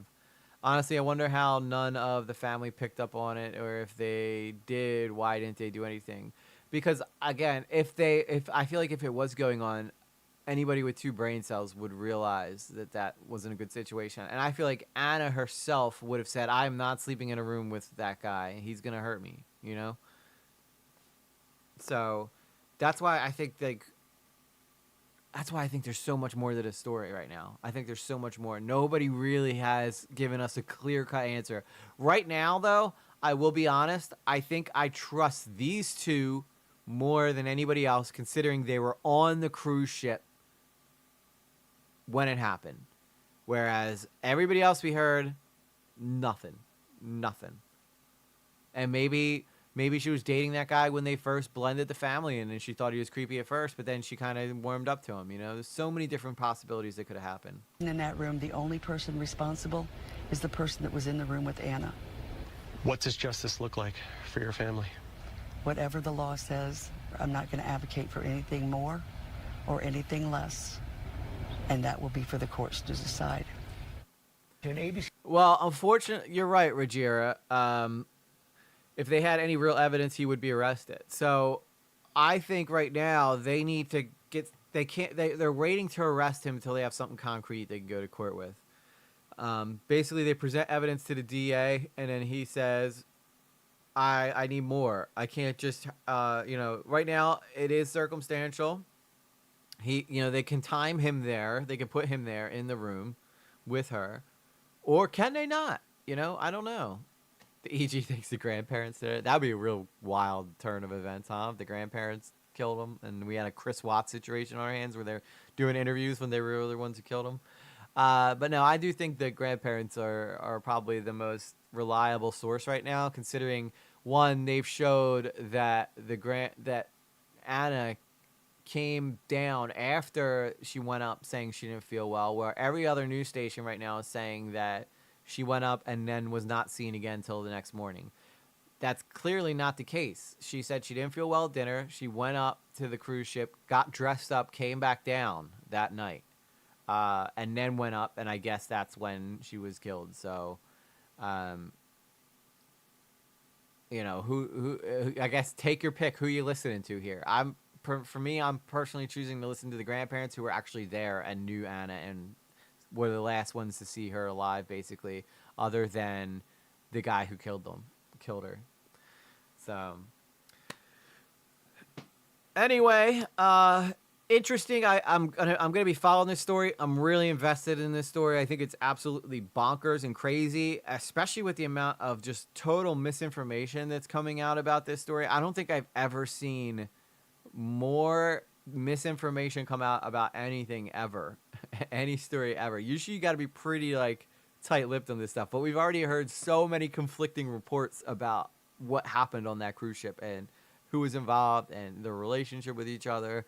So we will definitely do a follow-up when we get more information about this. But with that said, guys, thank you guys so much for the donations tonight. You guys are amazing.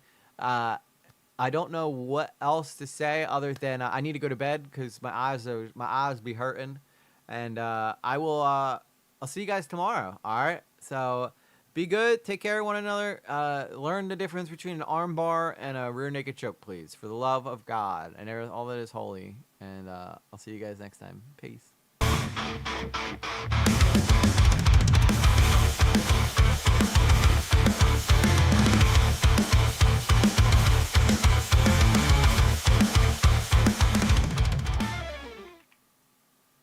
Great point, Daniel's crew.